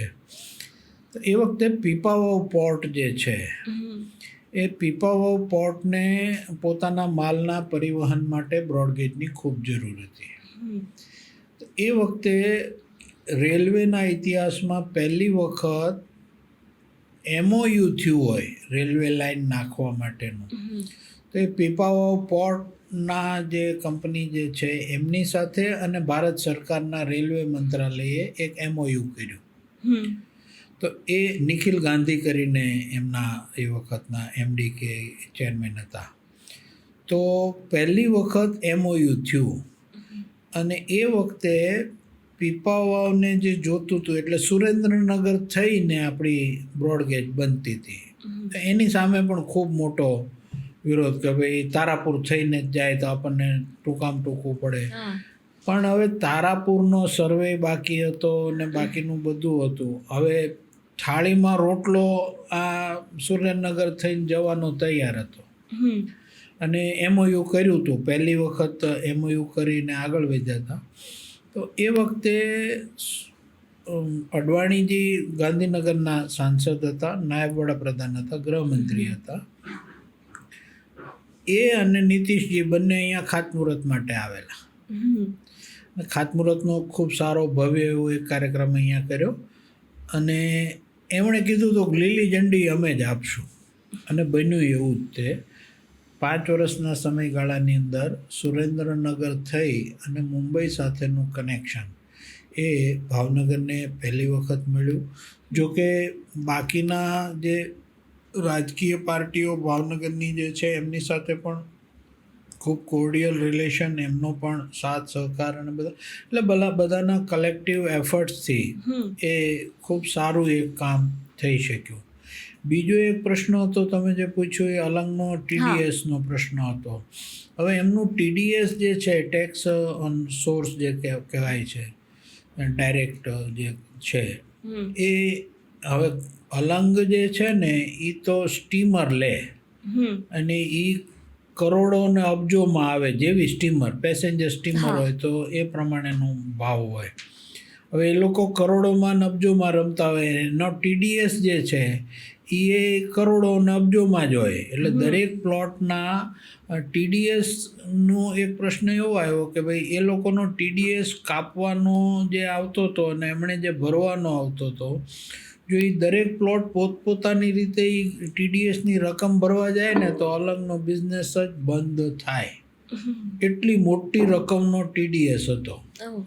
હવે આખું અલગ બંધ થાય તો ભાવનગરનું શું થાય? કારણ હા. ભાવનગરનું ઇકોનોમિક બેકબોન જેને કહેવાય એ અલગ જ છે. હા મોટી ઇન્ડસ્ટ્રી એવી કોઈ છે નહીં.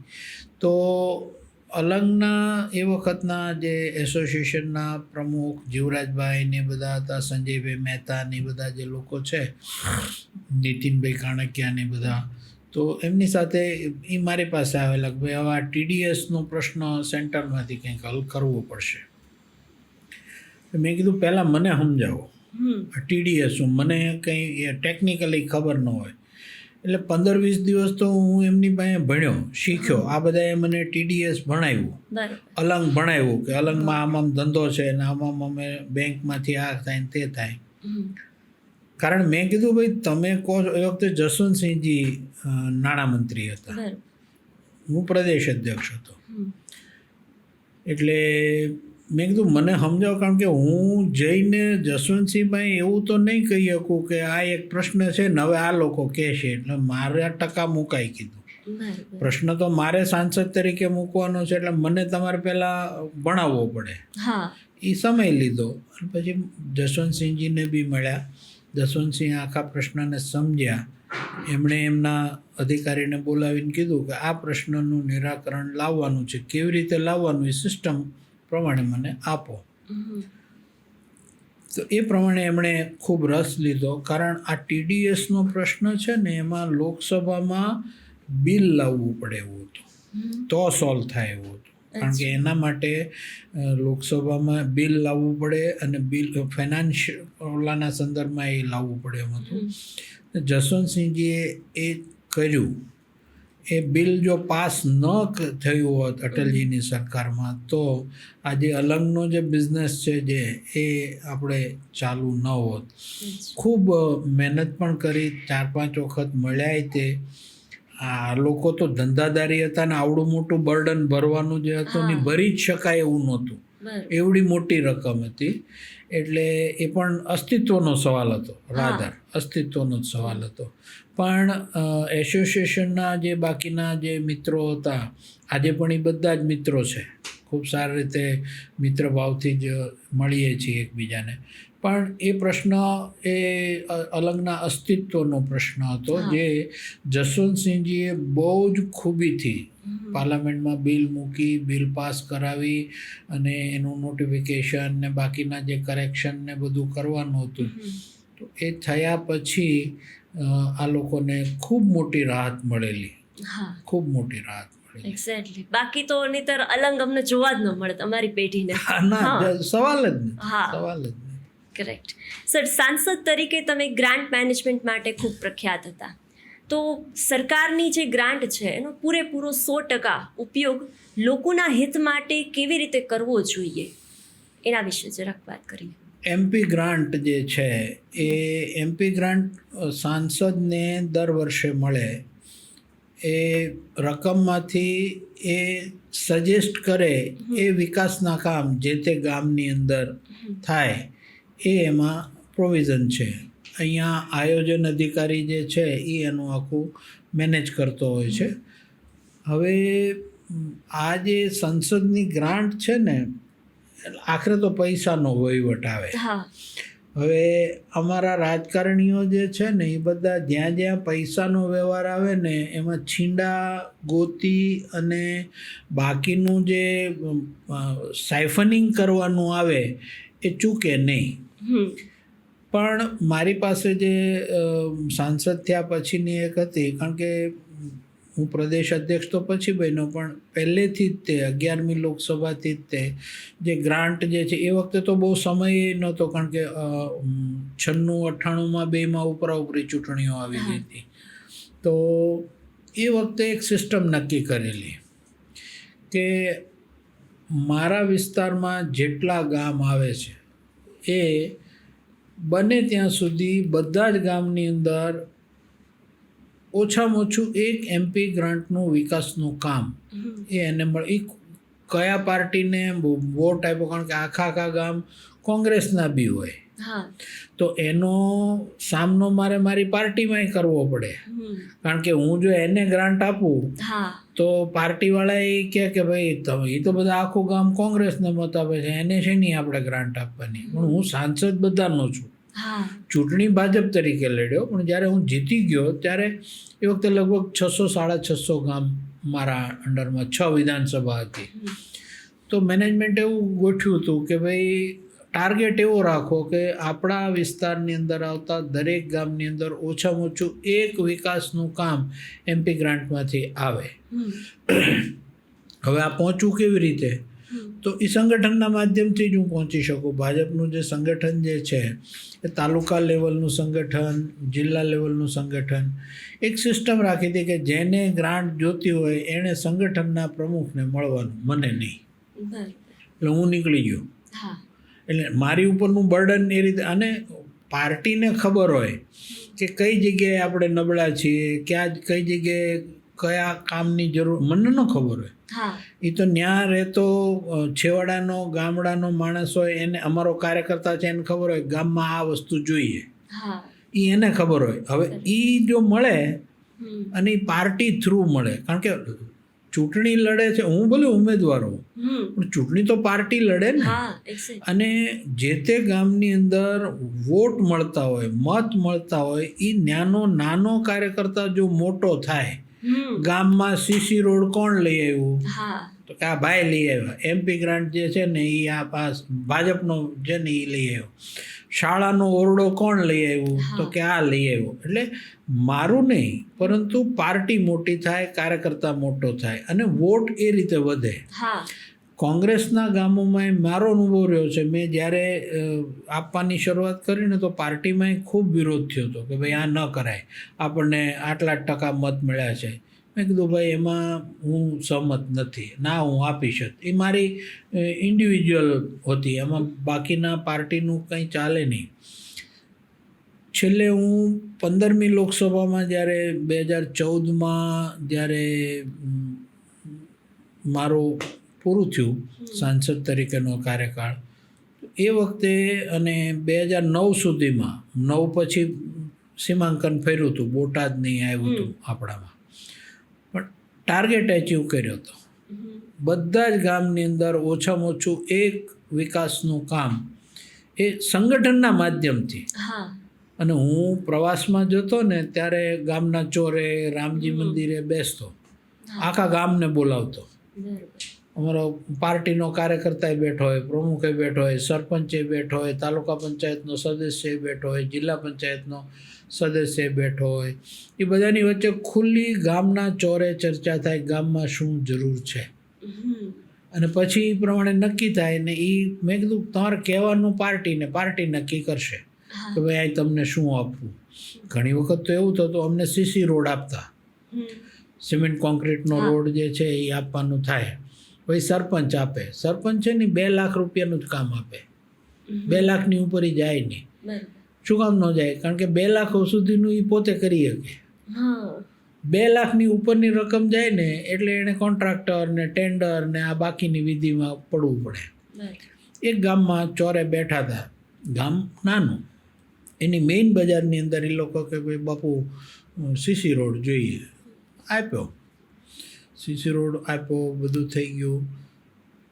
1.5 વર્ષ પછી ફરીને પ્રવાસમાં એ જ ગામમાં જવાનું થયું, એ જ ચોરે બેઠા, અને ત્યાંથી જ ગામના લોકોએ ફરિયાદ કરી, હા તમે રોડ આપ્યો તો CC રોડ ધૂળ થઈ ગયો. મેં કીધું CC રોડ આપ્યો તો ધૂળ થઈ ગયો? મેં કીધું હું બનાવવા આવ્યો હતો, ગામમાં તમે બધા હતા, નબળું કામ થયું તો મને જાણ કેમ ન કરી? કરવી જોઈએ તમારે. અને મેં પછી ચર્ચા ખૂબ થઈ. મેં કીધું આ તમારી જવાબદારી હોય કે હું બધે 650 ગામમાં તો હું જાઉં નહીં. પછી બધા એની બોલતી થઈ ગઈ બંધ. મેં કીધું કારણ શું છે, તમે આ નબળું થયું ને કોઈ બોલ્યું કેમ નહીં એ મને કહો. હવે રાજકારણમાં કેવા પ્રશ્નો આવે એની હું આ વાત કરું. તો ગામ થઈ ગયું મૂંગું. પછી સરપંચ ઊભો થયો. સરપંચ મને કે બાપુ જેણે કામ હોંપ્યું તો નહીં અમારા ગામનો જમાઈ છે. અરે તારો ભલો થાય. જમાઈ હતો એટલે 2 લાખ રૂપિયાની તમે તો છીણી દઈ દીધી ને. મેં કીધું ત્યાં બેઠા બેઠા જ મેં કીધું આજ પછી આ તમારા અનુભવને કારણે ભાવનગર જિલ્લામાં એક પણ ગામમાં હું સીસી રોડ માટેની ગ્રાન્ટ નહીં આપું. આ જવાબદારી મારી નથી, તમારી છે. પછી તો ઘણા લોકો આવ્યા કાર્યકર્તા પોતાની વ્યક્તિગત જવાબદારી લઈને જાય ને એને હું રોડ આપતો, સીસી રોડ. અને અમુક ગામમાં આજની તારીખે હું આજે ક્યારેક પ્રવાસમાં જાઉં ને તો એ ઊભી બજારે આવેલા હોય ને તો મને કહે સાહેબ આપણે આ આપણી ગ્રાન્ટમાંથી બનેલો રોડ આજે છે એવો ને એવો. એ ચીવટથી બનાવેલો, પણ એક મેનેજમેન્ટ કર્યું હતું જે કદાચ 542 લોકસભાની સીટ છે ને એમાં ભાવનગર એક જ એવું હતું કે જેમાં આ સંગઠનના માધ્યમથી જતું કામ જે છે થાય. જ્યાં કામ નબળું પડે ને મેં લગભગ 3 થી 4 તાલુકા વિકાસ અધિકારીઓને સસ્પેન્ડ કરાવડાવેલા છે કામ નબળું થવાના કારણે. એના પ્રેશરે ખૂબ આવ્યા કે આ હગા થાય છે, નામ થાય છે, તેમ થાય છે. ભલામણ તો આવે, આમાં ક્યાંય બાંધછોડ નહીં. તને ધ્યાનમાં તો હતું એટલે અહીંયા આયોજન અધિકારીની બદલી થાય ને કલેક્ટર ઓફિસમાં, એટલે જે નવો આવે ને એને જતો હોય ને એ એમ કે ભાઈ બધે ચાળો કરજે પણ આ MP ગ્રાન્ટમાં ક્યાંય આડોઅવળો થતો નહીં, એ કઈ જાય એટલે એ સરખું ચાલે. પણ ખૂબ યુનિક એવી એક વ્યવસ્થા અને ટકાવારી વગરની. અમારામાં ટકાવારી ખૂબ હોય, 20%. લીવાવાળો તો 50% લે. તમારે લાખની ગ્રાન્ટ જોતી હોય એનો કાગળ તમે આપો તો 50,000 રોકડા દઈને જવાનું તો લાખનો કાગળ મળે. એટલે 50% સુધીની, 20% તો કોમન છે, લગભગ 20%ની કોમન પેલી છે. પણ એક પણ જાતનો ટકા લીધા વગર અને બધા ગામમાં ઓછો, જ્યાં નહોતા આપતા ને જે ગામમાંથી સરપંચ આપે જ નહીં, તો મારી ઓફિસમાં જે ઓફિસ સંભાળતા હતા એ ભાઈને ત્યાં મોકલે, એ જાય ત્યાં લિસ્ટ કાઢે કે ભાઈ આ ગામ બાકી છે તો ત્યાં જઈને બે સરપંચને પૂછે, મળે અને એને પૂછે કે તમારે શું કયું ગામ જોઈએ છે. એવા 15 થી 20 ગામ હતા જ્યાં પર્સનલ જઈને સામેથી લઈ આવ્યા કે ભાઈ તમારે કામ જોતું છે ને આપીએ છીએ તો લોન કે આપ્યા હતા. બધા ગામ અંકે 60% બધાને MP ગ્રાન્ટ આપેલી. The Bhavnagar Lok Sabha was the only Lok Sabha કે જ્યાં દરેક ગામની અંદર વિકાસનું ઓછામાં ઓછું એક કામ પહોંચ્યું છે અને ટકાવારી વગર. That was the unique one. પણ અમારી ટીમ બહુ સારી હતી, તાલુકાની નીચેની ટીમ, કાર્યકર્તા. હવે તમે વિચાર કરો કે MP ગ્રાન્ટનું કામ જોતું હોય તો MP પાસે નહીં જવાનું. એ તાલુકાનો નાનો એવો કાર્યકર્તા હોય એ કોલર ઊંચો કરીને કે હું લઈ આવ્યો, અને પછી મત માગવા જાય તો ઓલો કેવી રીતના પાડીએ કે. કરેક્ટ. આ ફોર્મ્યુલા ચાણક્ય નીતિ જેવી છે. નહીં, સરસ ચાલે સર. મૂળ વસ્તુ શું હતું કે ભાઈ યુટિલાઇઝેશન પૈસાનો 60% થાય. 60%. હવે દાખલા તરીકે આપણે અહીંયા ભાવનગરમાં બસ સ્ટેન્ડ બનાવ્યા છે, હજુ આજે એમને ઊભા છે, નહીતર એ શક્ય નથી. વર્ષો થઈ ગયા પણ એ હજુ આજની તારીખે ભાવનગરના અમુક રાજેન્દ્રસિંહ રાણાના બસ સ્ટેન્ડના પાટિયા હવે જો કે એ ભૂસાઈ ગયા છે, નામ કોઈના રહેતાય નથી. પણ એનું જે ક્વોલિટી કામ થયું ને એ કામ અગત્યનું, અને લોકોની જરૂરી, અને પૈસો જે છે એનો પૂરેપૂરો ઉપયોગ. એમાં કોન્ટ્રાક્ટ જેણે આપ્યો હોય ને એને ખબર હોય કે ભાઈ આમાં જો આડાવડા થઈશું તો આપણે બ્લેક લિસ્ટમાં જ છીએ, અહીંયા ચાલો નહીં, બાકી જ્યાં કરવું હોય છે ને કરી લેશે, આમાં નહીં. સારું હતું. સર, 18 વર્ષ અને 5 ટર્મ સાંસદ રહ્યા પછી 2014માં તમારી ટિકિટ ન મળી, છતાં તમે નવી પેઢી માટે હસતા મોઢે એ સીટ ખાલી કરી દીધી, જગ્યા ખાલી કરી આપી. તો આટલા મોટા પદ પર રહ્યા પછી પણ તમે ક્યારેય પોતાના મગજમાં હાવી થવા નથી દીધી સત્તાની, તો આ સત્તાનો મોહ છોડવાની જે સૈદ્ધાંતિક રાજનીતિ છે એના વિશે યુવા પેઢીને શું કહેશો? હું રાજનીતિમાં આવ્યો ને એ બાય એક્સિડન્ટ આવ્યો. હા. હું સંઘનું કામ જોતો હતો. હમ. એ યોજના બની કે મારે હવે રાજકીય ક્ષેત્રમાં કામ કરવાનું. રાજકારણનો મારો એપ્ટિટ્યૂડ 0 રાધર માઇનસ આજે છે ત્યારેય હતો. તો એ વખતે હું એક કમિટમેન્ટ સાથે ભાજપમાં આવ્યો. અને કમિટમેન્ટમાં એ વખતની જે આખી રાજકીય પરિસ્થિતિ હતી ને બાકીનું જોતાં હું જે આવ્યો એ વખતે મને હું સાંસદ થવા તો આવ્યો નહોતો. પાર્ટીએ નક્કી કરેલું કે તમને, મેં ક્યાંય અરજી કરી જ નથી ક્યારેય, મારી એપ્લિકેશન ક્યાંય નથી.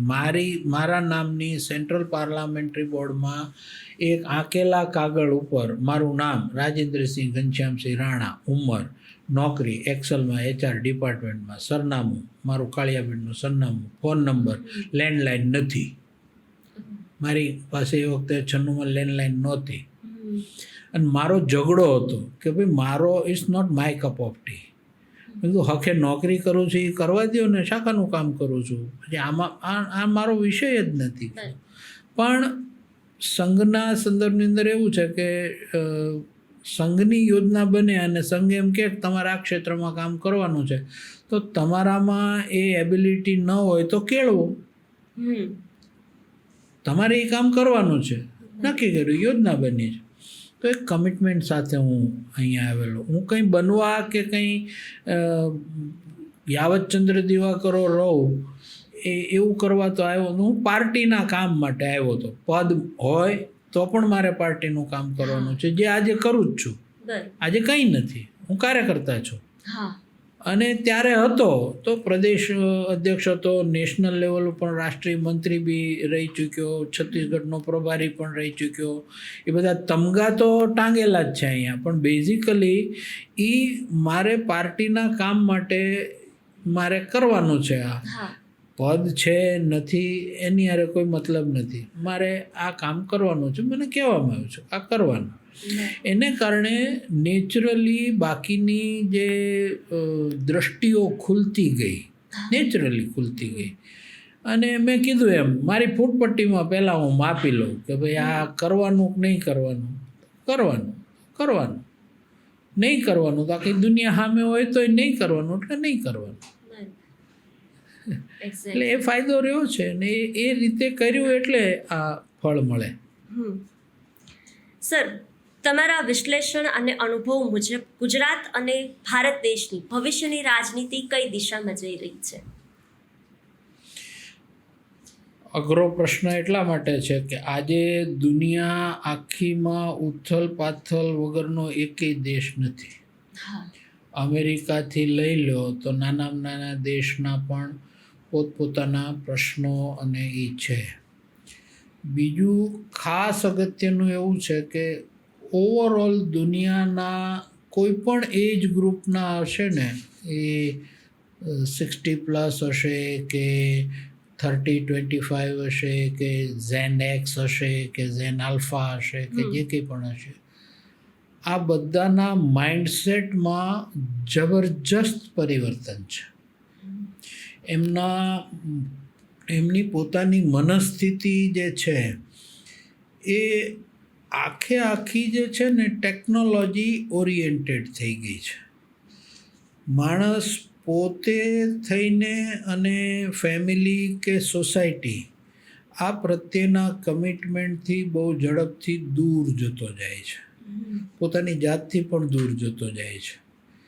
અને આ બધું હોવાના કારણે અને ટેકનોલોજીના ડિપેન્ડન્સી એટલી બધી વધી ગઈ છે. દાખલા તરીકે આ પોડકાસ્ટ છે. પોડકાસ્ટ જે છે એ અત્યારે ખૂબ પોપ્યુલર છે. કોઈ પણ વિષય ઉપર લાંબી વાત કરવી હોય અને એક જ વ્યક્તિની સાથે કરવી હોય તો ઇટ ઇઝ પોસિબલ. પહેલાં 10-15 વર્ષ પહેલાં બ્લોગ આવતો હતો, તો હવે એ તો લખવાનું જેને ફાવટ હોય, વિચાર વ્યવસ્થિત રીતે મૂકી શકે એવા જ લોકો પોતાનું બ્લોગ બનાવતા. તો બ્લોગની અંદર એ છાપાને ને બધા. તો સોશિયલ મીડિયાનો જે રોલ છે એ પોઝિટિવ બી છે અને ખતરનાક બી છે. હવે એ યુઝ કરવાવાળા ઉપર છે. અને આમાં તો તમને તમારા મોબાઈલના ડબલામાં તો જોઈતી અને નહીં જોઈતી બધી જ માહિતી એ તો ફ્લો આવ્યા જ કરવાનો, અને મોટાભાગની તમને જરૂરી નથી એવી માહિતી આવે છે. તો આ આખા વાતાવરણની અંદર દુનિયા છે ને ડોળાઈ રહી છે, ડોળાઈ ગયું છે, બધું ડોળાઈ ગયું છે. કોઈ પણ આઈડિયા તમે અમેરિકાની તર એક લેગસી હતી, પ્રેસિડેન્સીની એક લેગસી હતી, it has already been changed. રશિયાની એક લેગસી હતી, ચાઇનાની એક લેગસી હતી, દરેક દેશની એક એક લેગસી હતી, પરંપરા હતી ને આ બધું. પણ હવે જે રીતની સત્તાનું રાજકારણ અને જે ખેલાય છે, અને એમાં ઇન્ટરનેશનલ લોબીઝનો જે રોલ હોય છે, સ્થાનિકનો પણ હોય છે, ઇન્ટરનેશનલ લોબીઝનો બી હોય છે, એ જોતાં આવતા દિવસની રાજનીતિનું ઊંટ કઈ કરવટ ઉપર બેસશે ને એ પ્રિઝ્યુમ કરવું એ બહુ અઘરું થઈ ગયું છે. લોકશાહી પદ્ધતિમાં રહીને પણ ડિક્ટેટોરિયલ કામ ઓલમોસ્ટ દરેક દેશમાં થાય છે. હમણાં જ તમે જુઓ કે ટ્રમ્પને એમણે જેનો જન્મ થાય એને નાગરિકતા આપવાની, સુપ્રીમ કોર્ટનો એમની આખી પરંપરા છે. એણે કીધું થુઈપા નહીં રમતું, માર નથી રમવું, હું નહીં આપું. એના એ રસ્તા કાઢ્યા કરે છે એની પાસે 4 જ વર્ષ. 4 વર્ષ પછી હવે એનો કોઈ ચાન્સ નથી, એ 2 જ વર્ષ રહેવાના. પણ આખા અમેરિકામાં ઝેન ઝી અને બાકીની નવી પેઢીના મનની અંદર જે વિચાર અમેરિકન રાજનીતિના સંદર્ભની અંદર ક્યારેય નહોતો, એ તો વવાઈ ગયો. હવે એ છોડ મોટું થઈને વૃક્ષ થશે તો એ શું પરિણામો લાવશે ને કેવા ફળ આપશે, ટાઈમ વિલ સે. એટલે અત્યારે આ 21મી સદીના પહેલાં જે 25 યર્સ જે ગયા છે ટર્મોઇલના ગયા છે, અને હજુ ટર્મોઇલ વધતું જાય એવું દેખાય છે. એટલે ઠરીને ઠામ થઈને લોકો જીવી શકે, નિરાંતે જીવી શકે એવી સંભાવનાઓ અને શક્યતાઓ દિવસે ને દિવસે ઘટતી જાય છે. રાજનીતિ દરેક ક્ષેત્રમાં હાવી થતી જાય છે, જે આટલી પહેલાં નહોતી. પહેલાં છાપું છે ને એ ગામમાં એક જ આવતું, સરપંચની ને છાપું આવે, તલાટી મંત્રીની ઓફિસ હોય ને ત્યાં એક છાપું આવે, એ બધા જેને વાંચવું હોય એ ત્યાં જઈને વાંચી આવતા. શહેરમાં બધે છાપા નહોતા આવતા બધા, કારણ કે કન્સર્ન જ નહોતું. 25 વર્ષ પહેલાં લોકસભાની ચૂંટણી એ શરૂ થઈને પૂરી થતી ને કોઈને ખબર નહોતી પડતી. લોકસભાની ચૂંટણી પૂરી. અત્યારે કોર્પોરેશનની ચૂંટણી એ ભાવનગરમાં રહેતા બધા લોકોને ખબર હોય કે કયા વોર્ડમાં ક્યાં શું છે. એટલે સ્થિતિ બહુ જ લિક્વિડ સ્થિતિ છે. નવો વર્લ્ડ ઓર્ડર કેવી રીતે અને કેવો આવશે, ટાઈમ વિલ સે. પણ છે ખૂબ ટર્મોઇલવાળો સમય. આગળ એ ખૂબ સંઘર્ષ દરેક દેશને છે, દરેક જગ્યાએ, દરેક માણસ નાનો હોય કે મોટો હોય, પણ એને એમાંથી પસાર થવાનું એ સમય એ પ્રમાણેનો ચાલે છે. એટલે આપ પૂછો છો કે કઈ પ્રકારની રાજનીતિ આવશે, કાંઠશે સમય જેવો છે કે એ તમને નહીં અમસ્ત તો આપણે એમ કહીએ ને કે ભાઈ આપણે સમયને આપણે પેલું કરીએ છીએ. હકીકતમાં સમયના સમુદ્રમાં આપણે સૌ રહીએ છીએ. વી આર જસ્ટ માછલી છીએ. હવે એમાંથી સમુદ્રને બદલાવવાની તેવડ તો આપણી સમયને બદલાવાની, સમય તો સમય જ છે, એ એની રીતે જ ચાલવાનો છે. સવાલ આપણે કેવી રીતે એમાં એડજસ્ટ થઈને રહીએ છીએ એ ટાઈમ જોશે. હવે ખબર નહીં. સર, આખરી સવાલ, 12 વર્ષથી આપ જેવા અનુભવી પ્રામાણિક નેતાઓનું જે સક્રિય રાજનીતિમાં પૂરતો ઉપયોગ ન થવો, અને એ દેશનું સૌથી મોટું દુર્ભાગ્ય કહેવાય. તમે ઈચ્છો હોત તો 2014માં અપક્ષ તરીકે લડ્યા હોત અને જીતી પણ શક્યા હોત. તો સત્તાની ટોચ પરથી જે અચાનક અલિપ્ત થવા પાછળનું જે કારણ છે એ શું હતું? એમાં એવું છે, આ રાજનીતિ જે છે ને એ અનિશ્ચિતતાનું ક્ષેત્ર છે અને અમરપટો કોઈનો નથી. હા.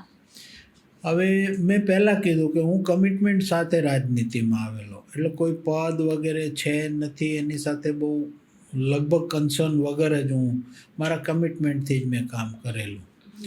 અને રાજકીય સમીકરણો પોઝિટિવ બી હોય છે, નેગેટિવ બી હોય છે, અને એને જ રાજકારણ કહેવાય. હા. આપણે ઘણી વખત કોક આપણને દગો દઈ જાય તો આપણે એને સીધું નથી કહેતા કે યાર તે મને દગો કર્યો. આપણે શું કહીએ, બહુ વિવેકપૂર્ણ ભાષામાં એને કહીએ યાર તે આપણી યારે રાજનીતિ કરી ગયો તું, તો આપણે યાર રાજકારણ કરી ગયો. બહુ સ્વાભાવિક રીતે આપણે કરીએ છીએ, પણ એ નેગેટિવ ટોનનો વજન ભારે એટલો બધો આપણે હામામણામાં પાસ કરી દઈએ કે દગો કીધું હોત ને તો પણ ઓછો ભારે લાગત, પણ એમાં એમ કહીએ કે તું મારી યારે રાજકારણ કરી ગયો. એટલે રાજકારણની વૃત્તિ અથવા તો સ્વભાવ જ આ છે, આટાપાટા ચાલ્યા જ કરતા હોય છે. એટલે 18 વર્ષ કામ કર્યું, દરેક લેવલ ઉપર કામ કરવાનું બન્યું, પણ બેઝિકલી હું જે કમિટમેન્ટ સાથે આવ્યો હતો. તમારી વાત સાચી છે કે ભાઈ 2009ની ચૂંટણી જે છે એ જે 15મી લોકસભા હતી એ રાજકીય વિશ્લેષકો એવું કહે છે, ભાવનગરના પણ કહે છે કે ભાઈ એમાં પાર્ટી નહીં ઉમેદવાર જીત્યો હતો. પાર્ટી નહોતી જીતી પણ ઉમેદવાર જીત્યો હતો, એટલે એ ક્રેડિટ કમાણા હતા જાહેર જીવનમાં એની. પણ અપાર્ટ ફ્રોમ દેટ કમિટમેન્ટને જ્યાં સુધી, અને મેં કીધું મારી ફૂટપટ્ટીમાં અમુક વસ્તુઓ કરવાની અમુક નહીં કરવાની, એમાં અપક્ષવાળી વાત એ ફૂટપટ્ટીમાં આવતી નહોતી, માપમાં આવે જ નહીં, ક્યારેય ન આવે. અને બીજું શું છે કે હું એક્સેલને કારણે પણ ભાવનગરમાં અને બાકી બીજે, અને પ્રદેશ અધ્યક્ષ અને આ પબ્લિક લાઈફમાં રહેવાના કારણે અલગ અલગ વિષયો મને વાંચવાનો, મારા પપ્પાને પણ સારો શોખ હતો. અલગ અલગ વિષયો ઉપર સ્પેક્ટ્રમ બહુ મોટું છે, એક જ વિષય નહીં, પરંતુ અલગ અલગ વિષય ઉપર વાંચ્યા પછી વિચારીને મારા પોતાના વ્યૂઝ, એ જે અર્ક કાઢવાની ટેવ એ મારા પિતાજીએ મને આપી. એના કારણે અલગ અલગ વિષયો અલગ અલગ પ્લેટફોર્મ ઉપર મૂકવાનું. એ નહીંતર હું સાંસદ મટી ગયા ને તો 2014, આજે 2026 ચાલે છે, તો પોડકાસ્ટનો કોઈ સવાલ જ નહોતો. આઈ એમ ધ ગોન પર્સન.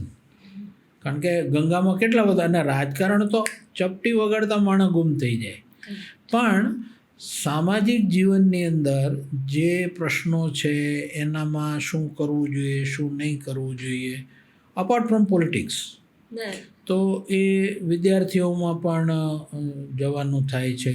અલગ અલગ પ્લેટફોર્મ ઉપર અલગ અલગ વિષયો રહેતા હોય છે, એને પણ મૂકવાનું, ચર્ચા વિચારણા, પ્રશ્નોત્તરી, આવું બધું થાય છે. ટૂંકમાં એક વાક્યમાં કહેવું હોય તો આ બધું દાણા વેરવાનું કામ ચાલે છે. મારા ભાગે હવે બહુ કર્યું, જે એક્ટિવ પોલિટિક્સ ને બાકીનું હતું એ કરી લીધું. હવે હું જે સમજ્યો છું, જીવનને સમજ્યો છું, સમાજને સમજ્યો છું, પોલિટિક્સને સમજ્યો છું, માણસને સમજ્યો છું, આ બધામાં આજના ટાઈમમાં, ને મેં કીધું અગાઉ કે હવેનો ટાઈમ બહુ જ કપરો ટાઈમ અત્યારે છે અને આવતા દિવસોમાં પણ આવે છે. તો એમાં દાણા વેર્યા કરો, તમે યોગ્ય દિશા બતાવ્યા કરો, તો આ અત્યારની પેઢી છે એને એ ધ્યાનમાં આવે. દાખલા તરીકે હું હમણાં 15 દિવસ પહેલાં દક્ષિણામૂર્તિના હાઈસ્કૂલના વિદ્યાર્થીઓ સાથે વાતો કરવા ગયો હતો. ત્યાંના પ્રિન્સિપાલે કીધું ભાઈ છોકરાવાળા વાતો કરવા આવો. જનરલી જઈએ એટલે કેરિયર ને પૈસા ને અહીંયા આટલું પેકેજ ને આ બધું, આ વિષય કોમન વિષય છે. ત્યાં મેં એ છોકરાઓની સાથે સ્કિલની વાત કરી. આવનારો સમય સ્કિલનો છે, સર્ટિફિકેટનો નથી, ટકાવારીનો નથી. તો પોણી કલાક જેવું થયું તો શિક્ષકો બેઠા હતા, આચાર્ય હતા. એમણે પૂરું થયા પછી કીધું કે ટાઈમલી વિષય મુદ્દો આવ્યો, આ એજમાં જો આ બી વવાઈ જાય હા તો એનું ધ્યાન સ્કિલ ઓરિએન્ટેડ વધારે રહે. કારણ આ ટેકનોલોજીના ડેવલપ્ડ કાળની અંદર સ્કિલ સર્વાઈવ કરવામાં સૌથી વધારે ઉપયોગી થશે. અને એક કરતાં વધારે સ્કિલ નહીં હોય હા તો તમારે ભૂખે મરવાનો વારો આવશે. આ વસ્તુ મેં 9મા 10મા ધોરણના દીકરા દીકરીઓના મનની અંદર દાણા વેરી દીધા. ઉગવું હોય તો ઉગે, બરાબર જેટલું ઉગશે એ. એટલે મૂળ સમયને અનુકૂળ એવા વિષયો અને એ પ્રમાણેની વાત. હવે એ છોકરાવારે હું કેરિયરની વાત કરી, એમને ગમે એવી વાત કરી શક્યો. આમાં મહેનત કરવી પડે એમ છે. આટલું પેકેટ લઈ આવાય ને આમ થાય ને આવી પરદેશમાં જતું રહેવાય ને મલ્ટીનેશનલમાં કહી શક્યો હતો, બરાબર પણ નથી કહેતો હું. એટલે આ કામ કર્યા કરું છું બધું અત્યારે. Exactly, sir. Thank you so much, sir, Thank you. for sharing Thank you. your Nice historical insights. અને આજે આ પોડકાસ્ટ પરથી જાણવા મળ્યું કે જે પેજમાં લખાયેલું આવે છે કે ટીવી પર જે કોઈ પણ ઘટનાના સીન જોઈએ છીએ એ ટીવી પર જોવા સહેલા છે, પણ ગ્રાઉન્ડ લેવલે જોવા અને સહન કરવા એ સૌથી અઘરા છે. અઘરામાં ખૂબ ખૂબ ધન્યવાદ, Thank you. Sir. Thank you. Nice meeting. Thank you.